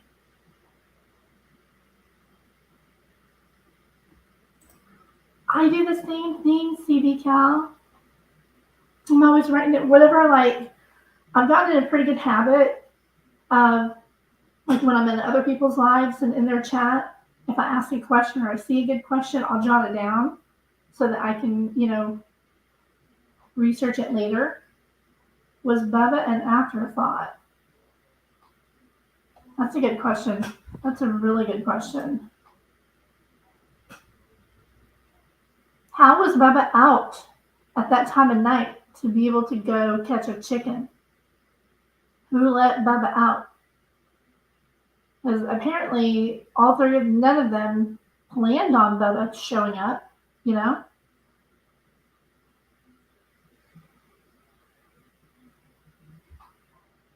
Yeah, in the video, Maggie, somebody said he has a guinea in his mouth. And then Oscar said it, sorry, Oscar. It's my dog. Alex says it's a chicken. And then it was like, Bubba, come here, Bubba, trying to get him. So whoever caught him, I guess, put him back in right here. It's just kind of weird that happened so close to the time of the murders, within minutes. Were they shot and then he put the dogs wherever? I don't know either.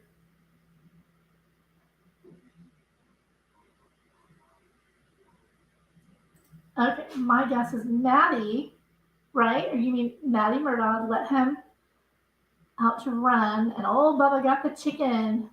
But when did they put him away? This video was at 8:44, so it would have been right then. They estimate the closest window is 8:50 to 8:55, or 9 really. So 8:50 to 9 is when they think that this happened. But they kind of widened their window as well, the state did, during the trial. And they kind of said it could have been as early as 8:45, it could have been as late as 9:30, but they're pretty sure it happened right around 8:50 to 9. So it literally would have been 3 to 10 minutes after this video. It's really strange. But, okay, so K-Bird says, I always thought this meant asking for video of the dog's tail and murder so close together. What are you getting at there, K-Braze?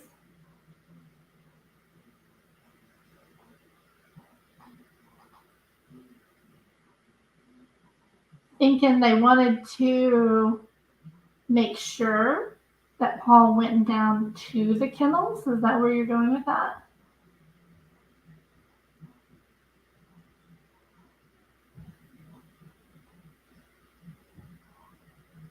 That's an interesting thought. Like, send me a video of the dog's tail. That way he would definitely go down there. Huh. I don't know. I think if Bubba hadn't gotten out, though, you guys, we wouldn't have the video with Alex on it, you know?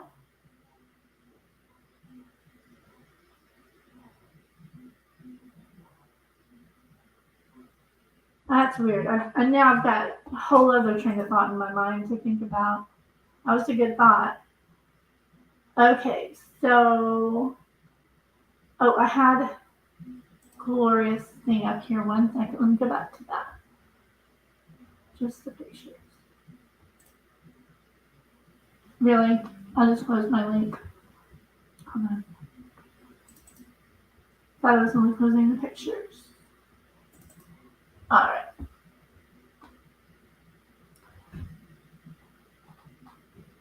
I know that you guys are already familiar with, who she is, Gloria Satterfield. But let me see. Where is the Gloria? All right, I'm just going to find it again this way. This is November 2021. So these are the 2 articles they had about the 911 call. Don't know if it's in here, but I'm going to look. People were really talking a lot of smack. Yeah, and this is the 911 call. About Maggie and Paul and Alex being so irritated with the 911 operator. And I don't know what to think about that. Yeah, it's really weird. Yes, totally, Summer. That's what I'm looking for. Inconvenience. Jessica's Truth Crime. Hello, welcome. How are you doing? Thank you so much for being here. Really appreciate you coming.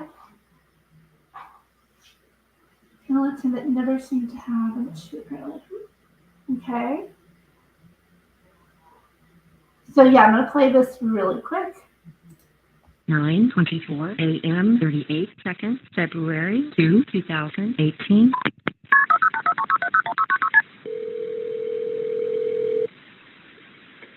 Come here. 911, where's your emergency? 4147 Moselle Road. Okay, can you give me the address one more time, make sure I got it right?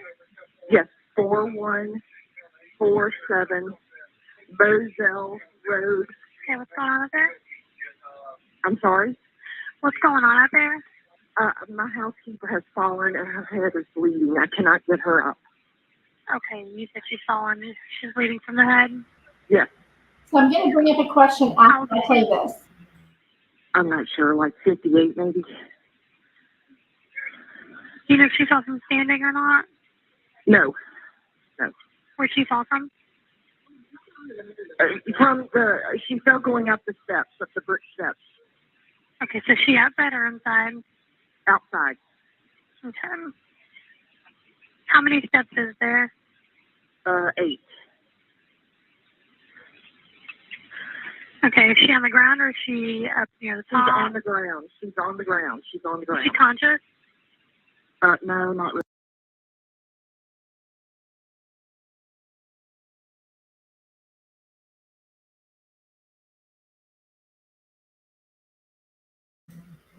I'm going to go back and see if she said she fell up the stairs or down the stairs, because there's one other thing that I wanted to ask at the end as well.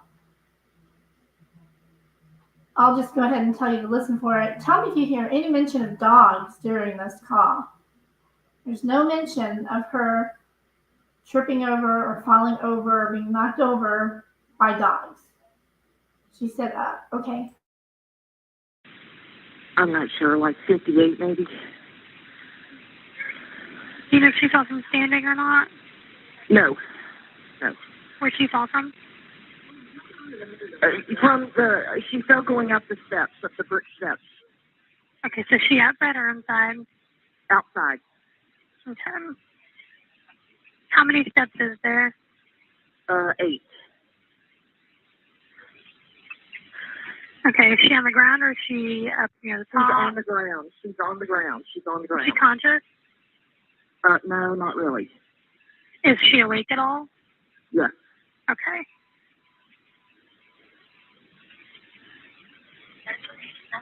Is she just not like responding appropriately, but she is awake? Man, she's not responding. Okay, I've already got them on the way. Me asking questions does not slow them down, man. Knowing if she's conscious is one of the things that the medic needs to know if she's responding at all to you. No. Okay, so she's not responsive at all. Well, I mean, she's mumbling. Okay, so she is somewhat conscious. Is she breathing okay? Yes. Is she bleeding from anywhere? Yes, her head. Okay, are you guys able to control the bleeding? No. Can you I put haven't a even clean tried. rag or anything on it? Yeah, I got it. Okay, is she bleeding from like her face, the back of the head? She just said she hadn't even tried to do anything about controlling the bleeding either. Like, this woman worked for them for 20 years at the rate of $10 an hour. She didn't even know how old she was and didn't like try to help her. Yet they claim that she was like family. That doesn't make any sense. I've got an ambulance coming. Sir, ma'am, what? Where exactly is she bleeding from on her head? I'm not sure. At the top of her head. Okay.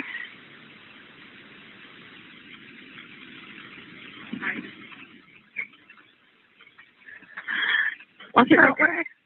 Oh, gosh. What happened? She just fell back down. Can I get off this phone so I can go down there? Can I have your name and phone number? Or are you able to bring the phone down by her? What? Or are you on a cell phone where you can walk down there I'm and on talk? a cell phone. No. Okay, can you bring it with you so we can ask her some questions about what kind of pain she's having?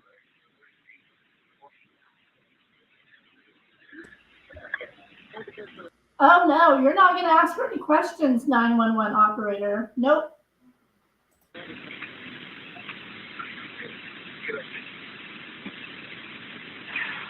Hello? Yeah, can you ask the patient what kind of pain she's having? Ma'am, she can't talk. Okay, do you know? She's cracked her head and there's blood on the concrete and she's bleeding out of her left ear. Okay, she's bleeding out of her ear. And out of her head. She's cracked her skull. Okay. All right, the other lady said that she had tried to stand up and fell down again. No, I was holding her up. And Okay. she told me to turn her loose and she was trying to use her arm, but then she fell back. Okay, didn't he just say that she couldn't talk? Right? I have gone over this video several times trying to figure out what actually happened at that scene. He just said, I was holding her up, and then she told me to let her go. But then he had just told her, the 911 operator, that she couldn't talk.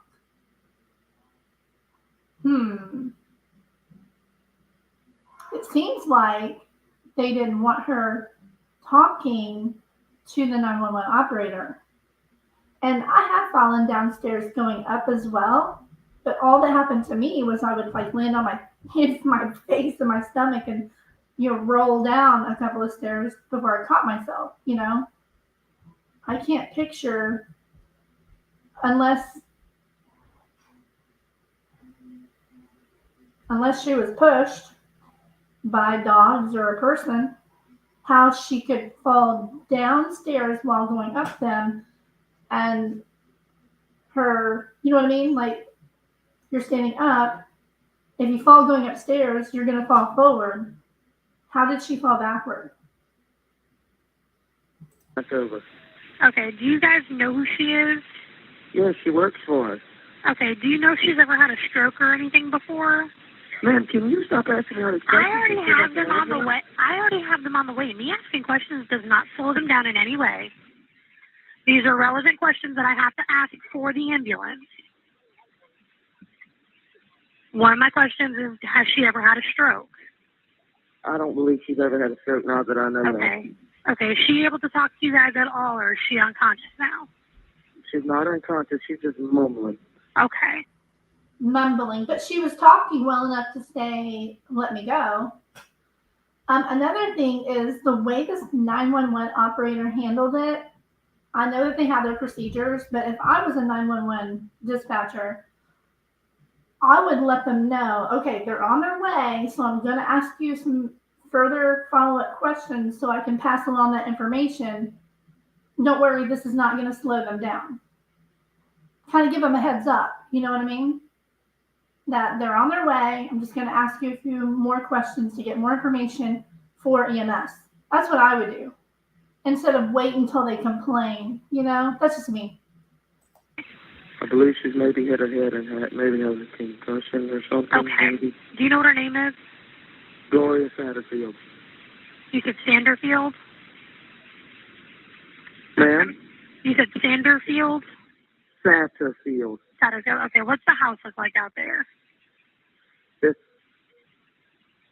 It's offset off the road. Okay. It's a big house, got a wide driveway. With a long driveway?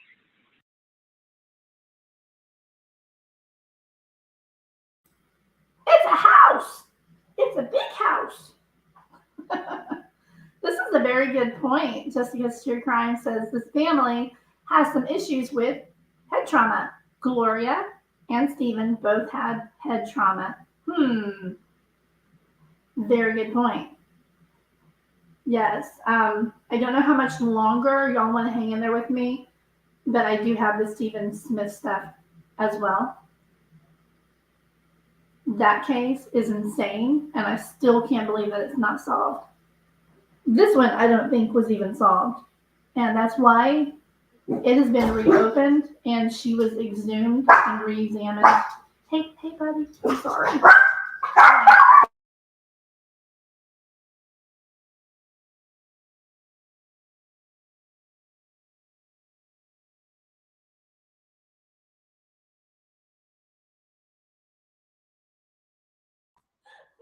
Those are my two little bitty guard dogs. And they think somebody's here. Somebody might be here. My little girl has friends around a lot, so I let them out so they could go guard the house. My Min Pin thinks he's a full-size pincher. It's hilarious. Okay. Aries Pork, hello, welcome. Hope you're doing well. I'm proud to support your channel with a subscription along with others. Oh, I really appreciate that. It's so good to see you. Angela Lester, hello, welcome. Let's see. Don't ask if it's a trailer. Tell me what you mean by that. I'm so sorry, I'm not following.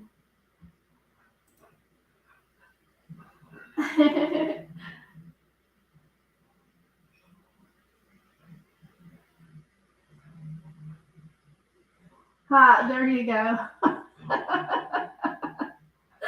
I love that. Okay, so I've played really enough of that 911 call because the rest is just, the 911 operator getting more information, which was good. Okay, is that it? Yeah, that's it on that one.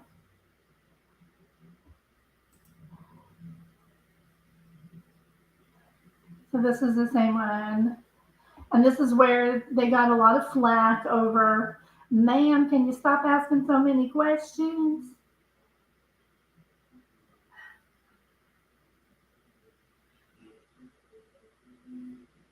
Now, when this first came out, Bank of America was accused of laundering millions of dollars for Alex Murdaugh. The last I could find on this, that was dropped. They no longer say that anymore. All of it's on Alex. Okay, let's see. I think I had one more in here on her. I like the Daily Mail for some things. For some things, I totally don't. But for some things, I do.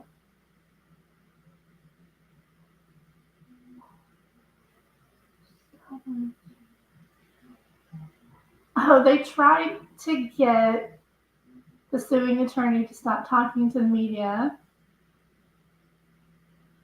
Okay, so this was way back in 2021. All they knew about them was 4.8 million. Now I believe it's 8.9 that they know about.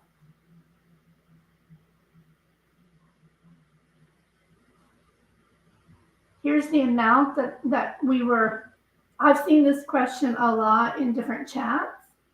Like how much total in checks, it's this much, but he did get a lot in cash as well. So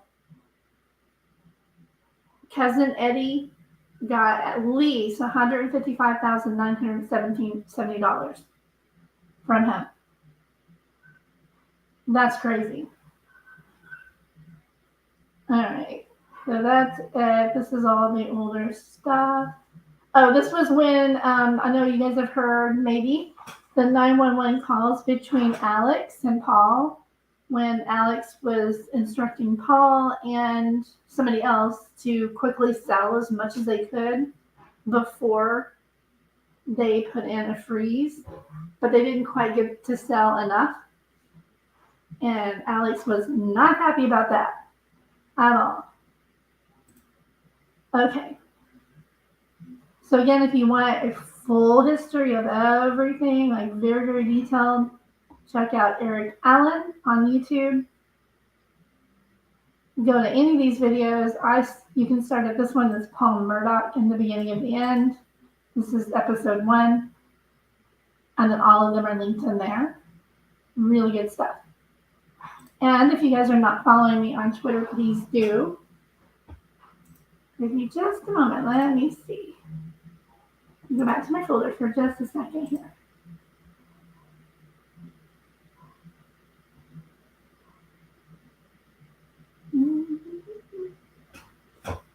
Okay, bear with me. So I wrote the stuff down. Part of my information. I just took notes, you know. So this part I don't have typed up yet.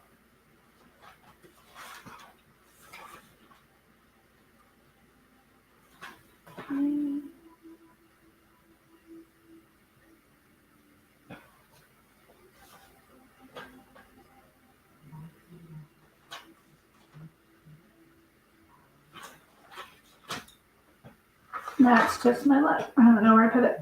Okay, know where it is though. Here we go. Hang on.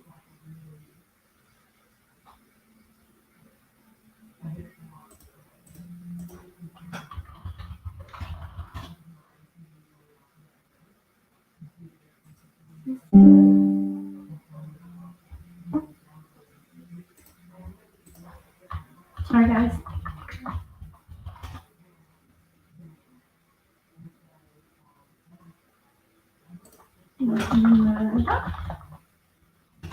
Okay.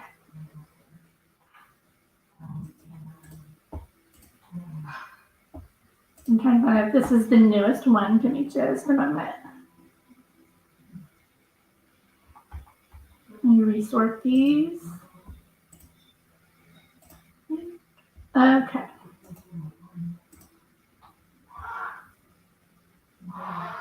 Yeah, I'm not going to get into that. I think it's this one.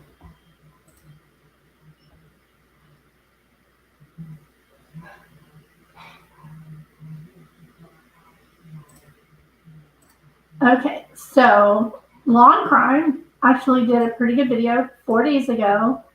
Be sure that you watch this because they go over what the connection is or could be. It's already been testified to in court that it was kind of alluded that possibly there was a relationship between Buster and Steven. I'm going to put this video. There we go. really don't know where these other pictures went that I know I saved, and I'm just, don't you hate that? Okay. I wonder what timeline he's stepping on this month.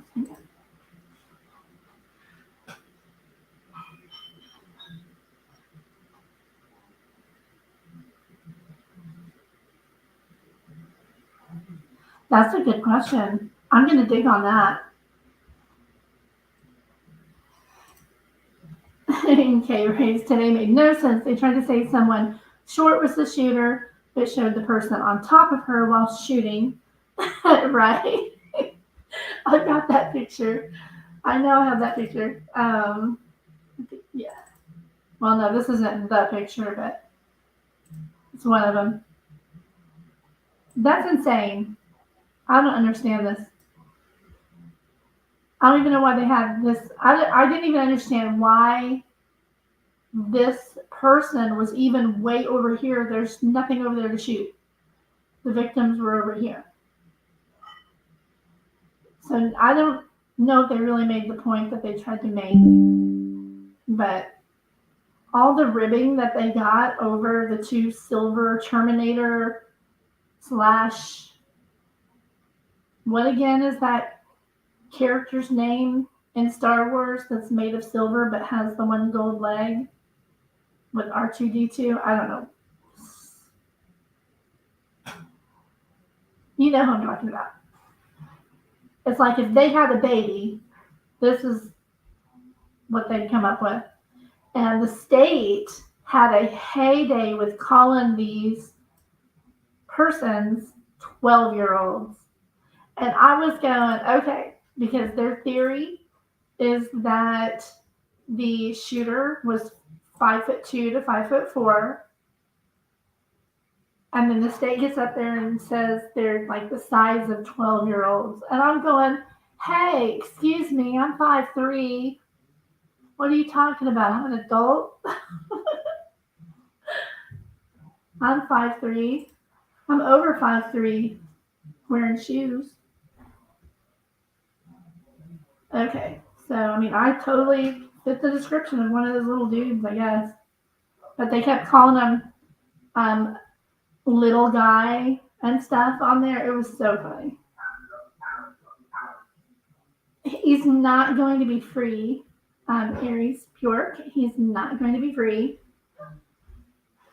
Even if this would be a not guilty verdict, he's not going to get out. The 90 other charges that he's facing, he's not going anywhere. So I guess they just don't want him going down for 290 years. 100 is maybe what they'll do. Oh, and by the way, they are still trying to come up with money and loans to pay off this $8.9 million, because did y'all know that if he were to somehow get that paid off before that trial happens, it can actually go in his favor that he's made restitution and can help him not receive so much jail time. It makes no sense. I don't understand why paying that back would somehow free him of his legal responsibilities. But apparently his team are still trying to pay those debts. Yeah, no, I think he's fine. I don't think he's ever getting out. But then we thought that about O.J. Simpson too, didn't we? You never know what a jury's thinking. I know I'm confused with some of the stuff that they put out there on both sides, the state and the defense. What was one point that I saw somebody bring up today that was incredible? And actually, the third gun. Okay, so you guys know that Buster testified today. If you guys didn't see it, this is really, really big. Buster testified today that he never saw the replacement gun that his dad said he got. Isn't that's big? The good old boys, yes. So Buster today said he never saw that replacement gun that Alex went back and had his friend remake to replace Paul's that he lost or got stolen. Buster said he never saw it. Now the state, when they got up there to cross-examine him, they didn't mention that at all. And I wondered about that. And then I wondered about that, and I thought, well, they're just leaving it in there as a fact. And I guarantee you, I call it right now, that's going to be in their closing. They're going to say, Alex claims that there was a replacement gun. The man who made it verified that he made it for him and gave it to him. So, who had possession of that gun? Alex. Who never saw that gun? Buster. Maggie and Paul can't say if they ever saw it. And Buster today said that once Paul's gun was gone, he just started using his. So there was no replacement gun on that property. And I bet you that the state is going to imply in their closing that that was the murder weapon, or one of them. I think that's huge. Yes, thank you. I'm so glad you see what I'm so glad you understand what the heck I'm trying to say. Just the fact that, he admitted he never even saw it. Like, why would he say that? And why would the defense even ask him if they have prepared for trial and he knew that was going to be his answer? Why in the hell did they ask him that question? Because that shows that there was a gun that Alex admits that he had made, but he never brought it home. Where was that gun? Anybody else agree that that's probably one of the murder weapons? He just stashed it away for whenever he was ready to make his plan, I guess. If so, that would mean that he had this planned for 2 years. No, a year. A little over a year. That's crazy.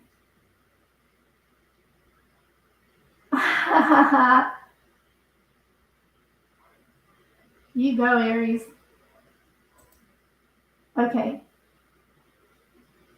Right. He had, there was never a report on stolen guns.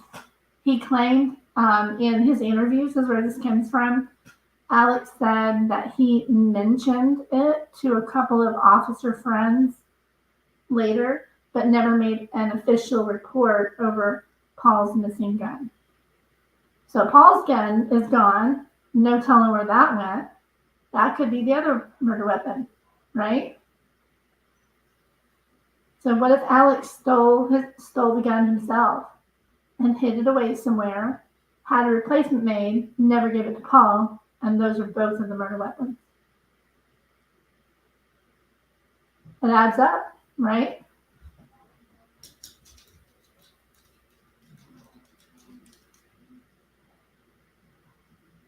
Okay, so this is a good question. What was the conclusion of the sound travel discussion? The problem that I had, I really liked the defense witness on the acoustics and the firing testing and all that. I'm just going to go by memory. Okay, so the ambient sound in the home with the TV on, because Alex said he had the TV on at, quote, a normal level. They had the TV going. So the ambient noise in the house was 35 decibels. They said that's the normal, right, volume in the house with a TV playing in the background. They said that the decibels of the gunshots was approximately 165 decibels, and so super loud. If he was outside the house, it was 89 decibels, and he totally would have heard it. But inside the house, they said that the decibels was 37. If he hadn't had the TV on, if he had not told the police that night that he had the TV on, he'd be so screwed right now. Because 37 decibels, he totally would have heard that. I believe that they said that a lawnmower was 35. So it'd be like, you're in the house, you hear a neighbor mow their lawn or your husband mowing the lawn. You can hear that. So it was equal to somebody mowing the lawn outside your window, outside your door. But he said he didn't hear it. He didn't hear anything. So I don't really know what they proved either way, because Alex said he had the TV on. So basically the TV canceled out the sound that would have penetrated 35 decibels versus 37, if that makes sense. So we are all, no, I was going to say we're lucky. Let me see if I can find what I wrote here. Hang on.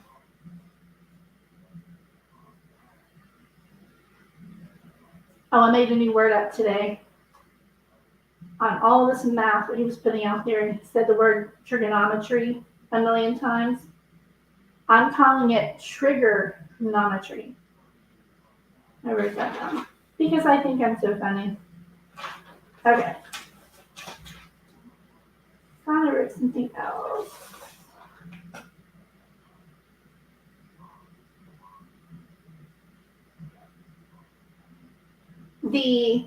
The Buster question is the only question that the state did not cross-examine on. That's the only thing that they didn't ask about in the entire cross, which is why it stood out.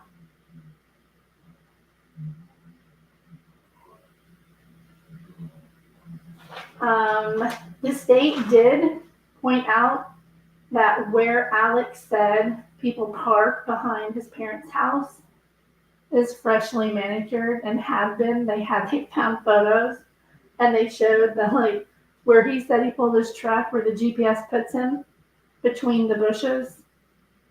That didn't make any sense because it was up on the grass, not on the driveway or where normally people park.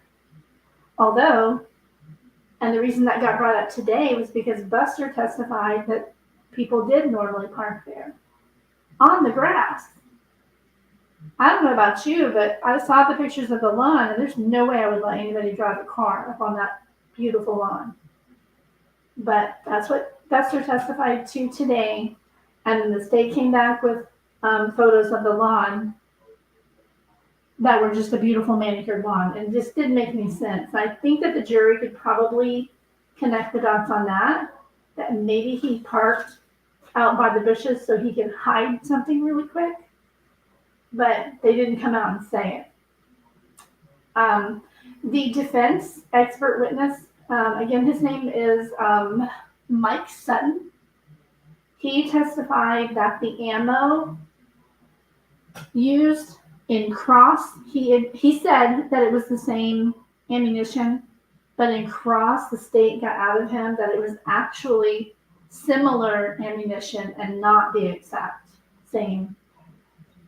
And they also used what they determined to be similar guns.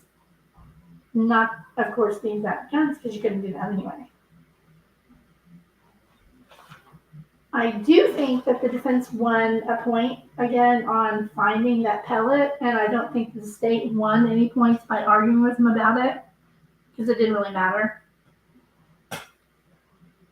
But he said he found the last pellet up underneath the windowsill, and that the police didn't find it. So he was implying that the police really, didn't find everything that they should have. You know what I mean? Here it is, little guy and youth, and little person is what the state was calling the little people in the reenactment video. Whew. And that's where I wrote down, I'm 5'3", thank you very much.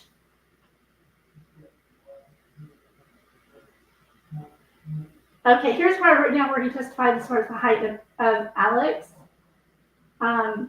51 to his shoulder, 25 to his knee, 6'4", which is 76 inches. So I think that that's important. I just think personally that if it's Alex, then I think he meant to kill Paul with the first shot, somehow missed. And then it knocked him on his butt. And he shot him as he was standing up, like in motion. And then Maggie comes around the corner and he turned the gun on her, chased her down. But I think his gun jammed and he had the other gun on him with a strap. So I personally think that's probably the way that went down. As far as history, I wrote a few things down. I don't know if this is anything that y'all want to know about, but again, the Murdaugh family pretty much controlled the 14th Circuit from 1920 to 2005. July 8, 2015 is when Stephen Smith died. That case is unsolved. The whole circumstances around that case as well is totally weird because his keys as well as his phone were still in his car.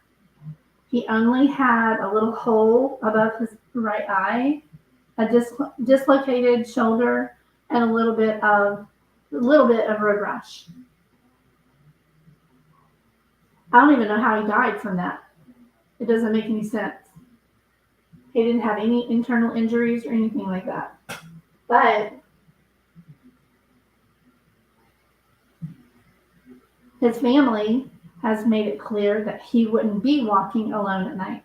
So that doesn't make any sense either if they think that he was hit by a car. Then they came back and said it was a hit and run. Then they divulged to his mother that, well, first it was shot, right? The very first night, he claimed that it was shot because of the hole. Then they came back and said, no, it was a hit and run. People who've looked into it and like the tips that came out, everybody calling in anonymous tips said that he was actually beat up by people that knew Paul and Buster. That there was a relationship between Buster and Stephen. And Stephen was such a good-looking guy. He looked totally sweet, looked a real sweetheart. But if there was something going on, people didn't like it. And I know often in small country towns, maybe they just didn't approve or wouldn't have. I don't know.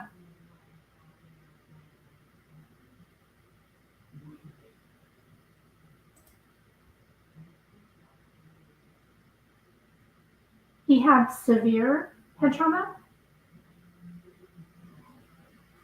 I saw the police report from that night and it didn't say that on the original police report.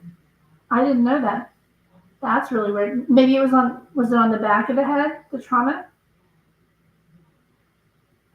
Because it does not say that in the very first police report. And that's the one that I went off of. That's sad. Yeah, his mom, I think it was it Jin Liu that played the interview that she did? I can't watch it. I cried. She's so sad. She's been treated like crap. They don't treat his case as being very important. They're not wealthy people. She has a reward going up. I did write that down. The reward fund information. And it is 1888 Crime SC. She's offering $1,000 for valid tips. Like, that's all she can afford for her boy. You would think that somebody would step in and help, you know?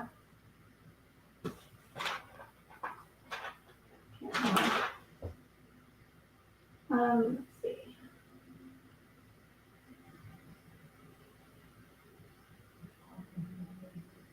His mom's statements and being told different versions, her not knowing yet is very heartbreaking, I wrote. Still no arrest or further information in his case. Okay, so on that one, I had an article. That one was also in Daily Mail, so hang on, let me find that again. So that was a good one. I'm just going to look at my history real quick.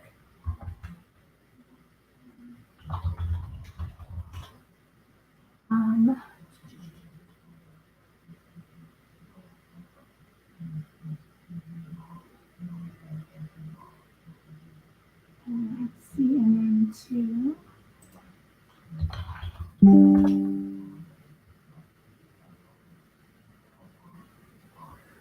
I'm going to pause just for a second and check chat really quick. See how you guys are doing. Am I boring you guys? Am I doing all right?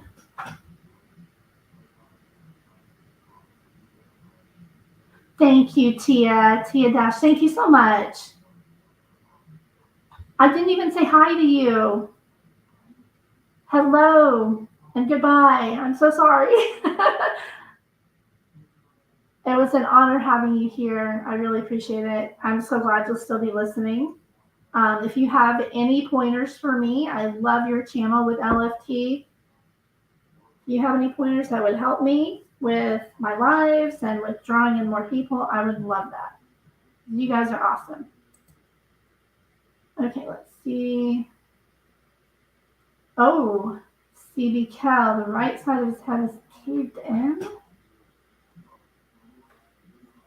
Why did they leave that out of the police report? That's really suspicious. Have you guys seen the original police report? I'm finding the article. If I can find that, I will literally put that up here because they did not put any head trauma in the report. Okay. Hi, Allie. Oh, I'm so glad the Decipher channel sent you. Thank you so much for being here. I'm going down chat really quick. Oh my gosh, you guys. Thank you. Thank you, thank you, thank you. Yes, yes, yes. I'm working on that for sure. I actually lost some stuff today. I don't know what I did with it. I thought I put it in this folder, and I think I saved it somewhere else. I don't know. I don't want to waste y'all's time digging. I had another batch of photos that I saved, and I don't know where they are. I'll find them as soon as I get off here. You watch. Okay. I know you are, but what am I, Rescue Mom? Thank you, thank you, thank you. Now let's see. Yes, yes, yes. Thank you, thank you, thank you, thank you, thank you, thank you. I really appreciate that. There's my girl Allie. This is my favorite channel, y'all. You know, we're not supposed to admit if we have a favorite child or a favorite channel, but yep, my youngest is my favorite, and Allie is my favorite channel.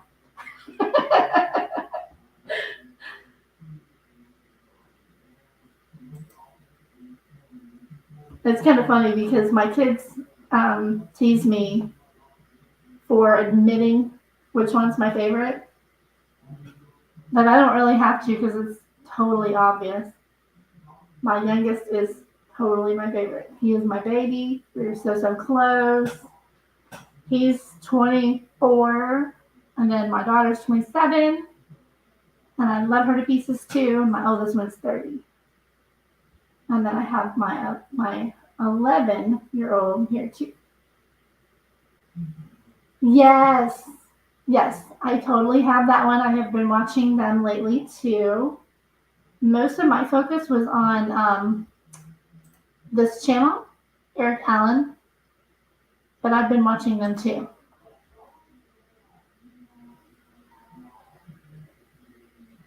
Well, I appreciate that, K-Brace. I don't know how I lost some stuff today, though, because I don't normally do that.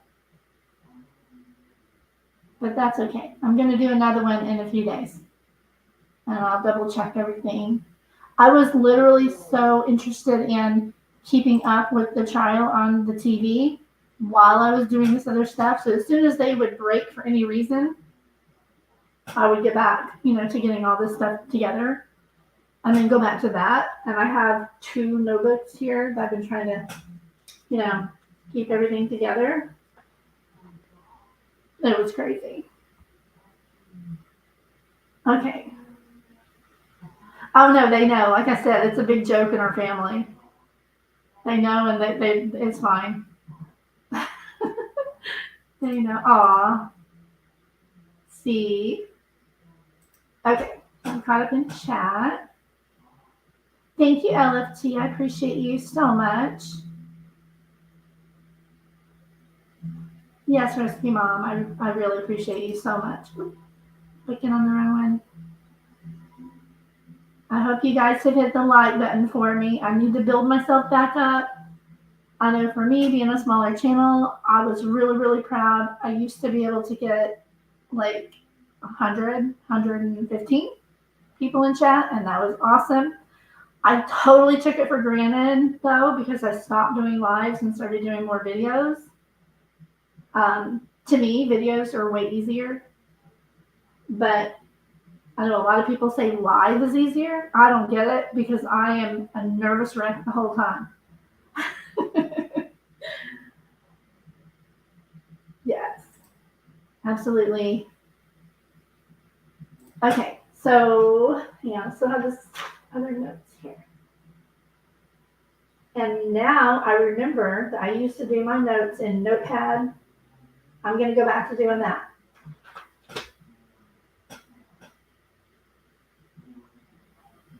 But I do have a video that I'm working on. That's the whole Murdaugh history from 1920 to now, with the last half of it that I just started on with these cases. So there will be more information in that video. I'm trying to figure out how long I want the video to be. Can you guys tell me in chat, like, how long is a good length for a mini documentary, if it's going to cover, or should I do it in 2 videos? I could really use that advice if you guys can help me out with that.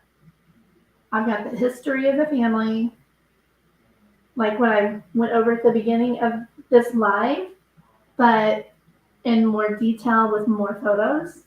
And then I've got the history of like what happened to lead up to what's happening now, like how it all started to close in on him. There was actually, nobody ever talks about this, but there was actually a hearing on June 3rd, so just a few days before the murders, where the mediation in the in Paul's case failed, so it was bound over for trial. So the trial was definitely going to happen. There was no stopping it at that point. Mediations had officially failed, and it was bound over officially for a trial date. Once he was killed, 4 days later, all that went away. Kind of crazy. But yeah, I found all the information on where they tried to mediate and resolve it so they couldn't go, so they wouldn't even have to go to trial. But it failed for some reason. So there were several things that were kind of imploding in upon him at once. The Gloria Satterfield case was reopened. People were making a big stink about Stephen Smith again. The lawsuits that he was losing over Gloria Satterfield, and then Paul's trial over the death of Mallory Beach. It was literally all converging in on him, along with the financial stuff, virtually at the same time. It was all like he was in the center, and there was like 6 different things closing in on him at once. So I can personally picture if the state could word it way more eloquently than me, of course, in this way, it can show how he imploded in a way and then exploded, He didn't see any other way out of a lot of this stuff. So almost sounds like it was planned. I think it was, again, presumed innocent until convicted in a court of law. If it was planned, I think it was not planned for very long. Like I said, the last hearing on Paul's case was on the 3rd. And remember today, Buster made this big deal about how happy the weekend was, that weekend of June 4th and 5th. They went out on the boat. Everything was great. Had a great, happy weekend, right? Totally left out that the day before, the case was bound over for trial. And Maggie was super, super anxious about the civil and the criminal aspect of the case, because they were just going after Paul criminally, but they were going around after all of the surrounding people financially, civilly. So Maggie had been threatened by Mark Tingley shortly before the deaths that she was going to be also, her trust was going to be added to the case, which it was. So Mark Tingley's got his little hands on a lot of stuff in this too, by the way. I'm not a fan of that guy. He's the one that just gave that $1,000 to Shelley, the grandmother's caretaker, during the trial. That was so stupid. And then did you see? Okay, I'm gonna close up with pretty much this. At the very beginning of the trial today, did you guys hear the judge get all over the attorney? I'm gonna pull it up here so I can tell you who it was again. Griffin, I believe. I retweeted him. I was like, you lied.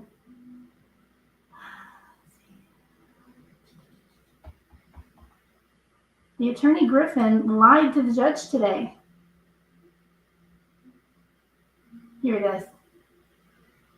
Jim Griffin, the judge got up this morning and said, so I understand you tweeted an article today. And Jim Griffin said specifically and very clearly, no, I didn't. I just retweeted something. And the judge said it showed up in my newsfeed. And the judge was mad. This is the tweet.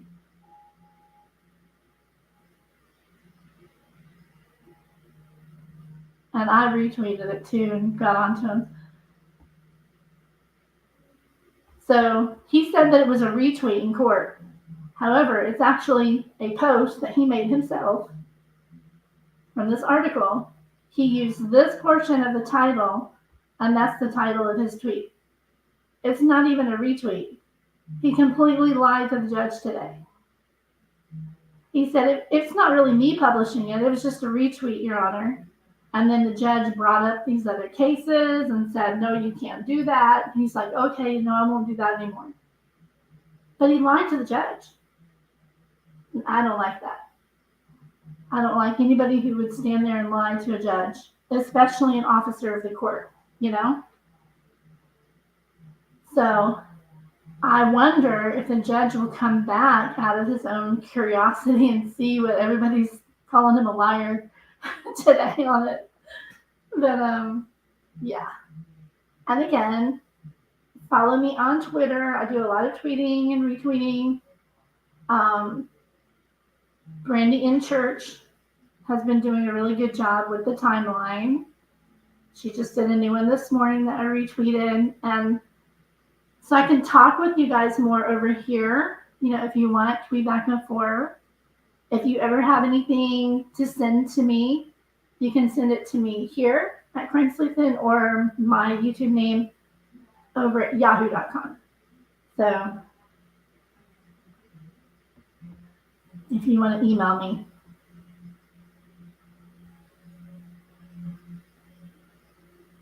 But yep, liar, liar, pants on fire.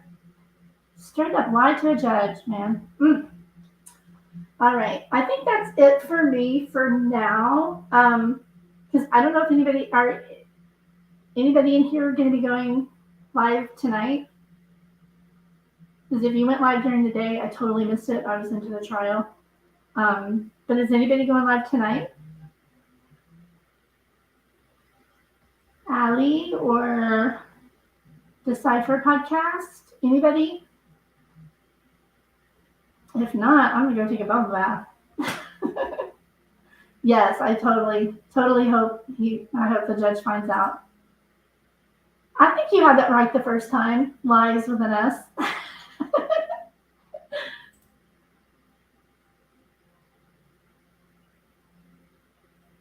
Thank you, Kay Grace. I appreciate that.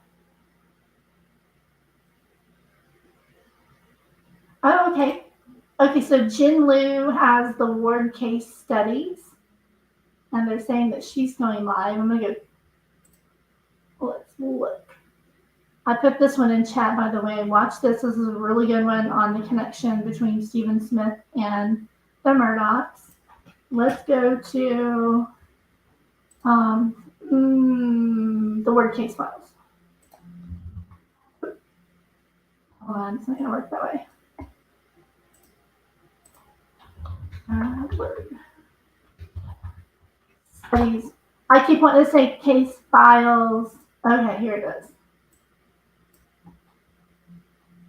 So there's this. Okay, so 8 p.m. See how I never get my notifications? I don't know about y'all, but I hardly ever get my notifications. Unless I literally go there and manually click on that. Notify me. I rarely get any other notifications. Let's see. When are you going live, Allie? So here's Alex Erickson's channel. Let's see here. And then we have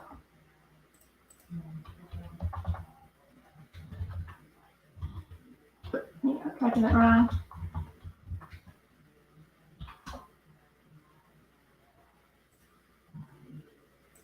Because these two ladies came in. I need to add them to my favorites too. But the Decipher podcast is here. See if they have anything coming up shortly. I don't see anything scheduled tonight. So I'm definitely going to go over to Jen Liu's in 20 minutes. I guess that's when hers starts. So I'm going to go check that out.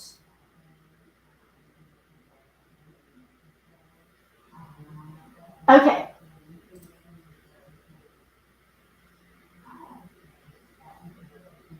Oh, look at all the love. Look at all the love. Let me in on that group hug. Yeah, she's cool. She's very funny. Very eloquent AF.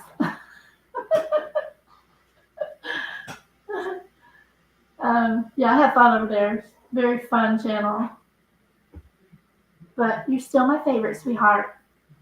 Still my favorite. But I told her, it's like the very first night I went to her channel, I was like instantly hooked. She is sassy. I like that. I've always been attracted to, for lack of a better term, like strong, well-spoken women.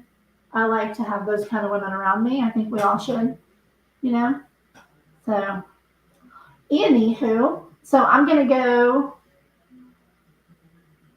do a couple of things really quick, and then I'll see you guys over at Jen Liu's, okay?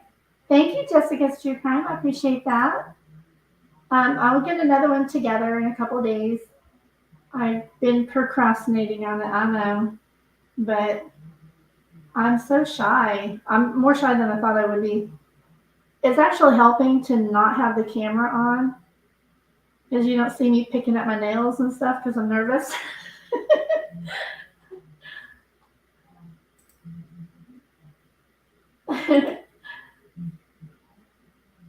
Thank you.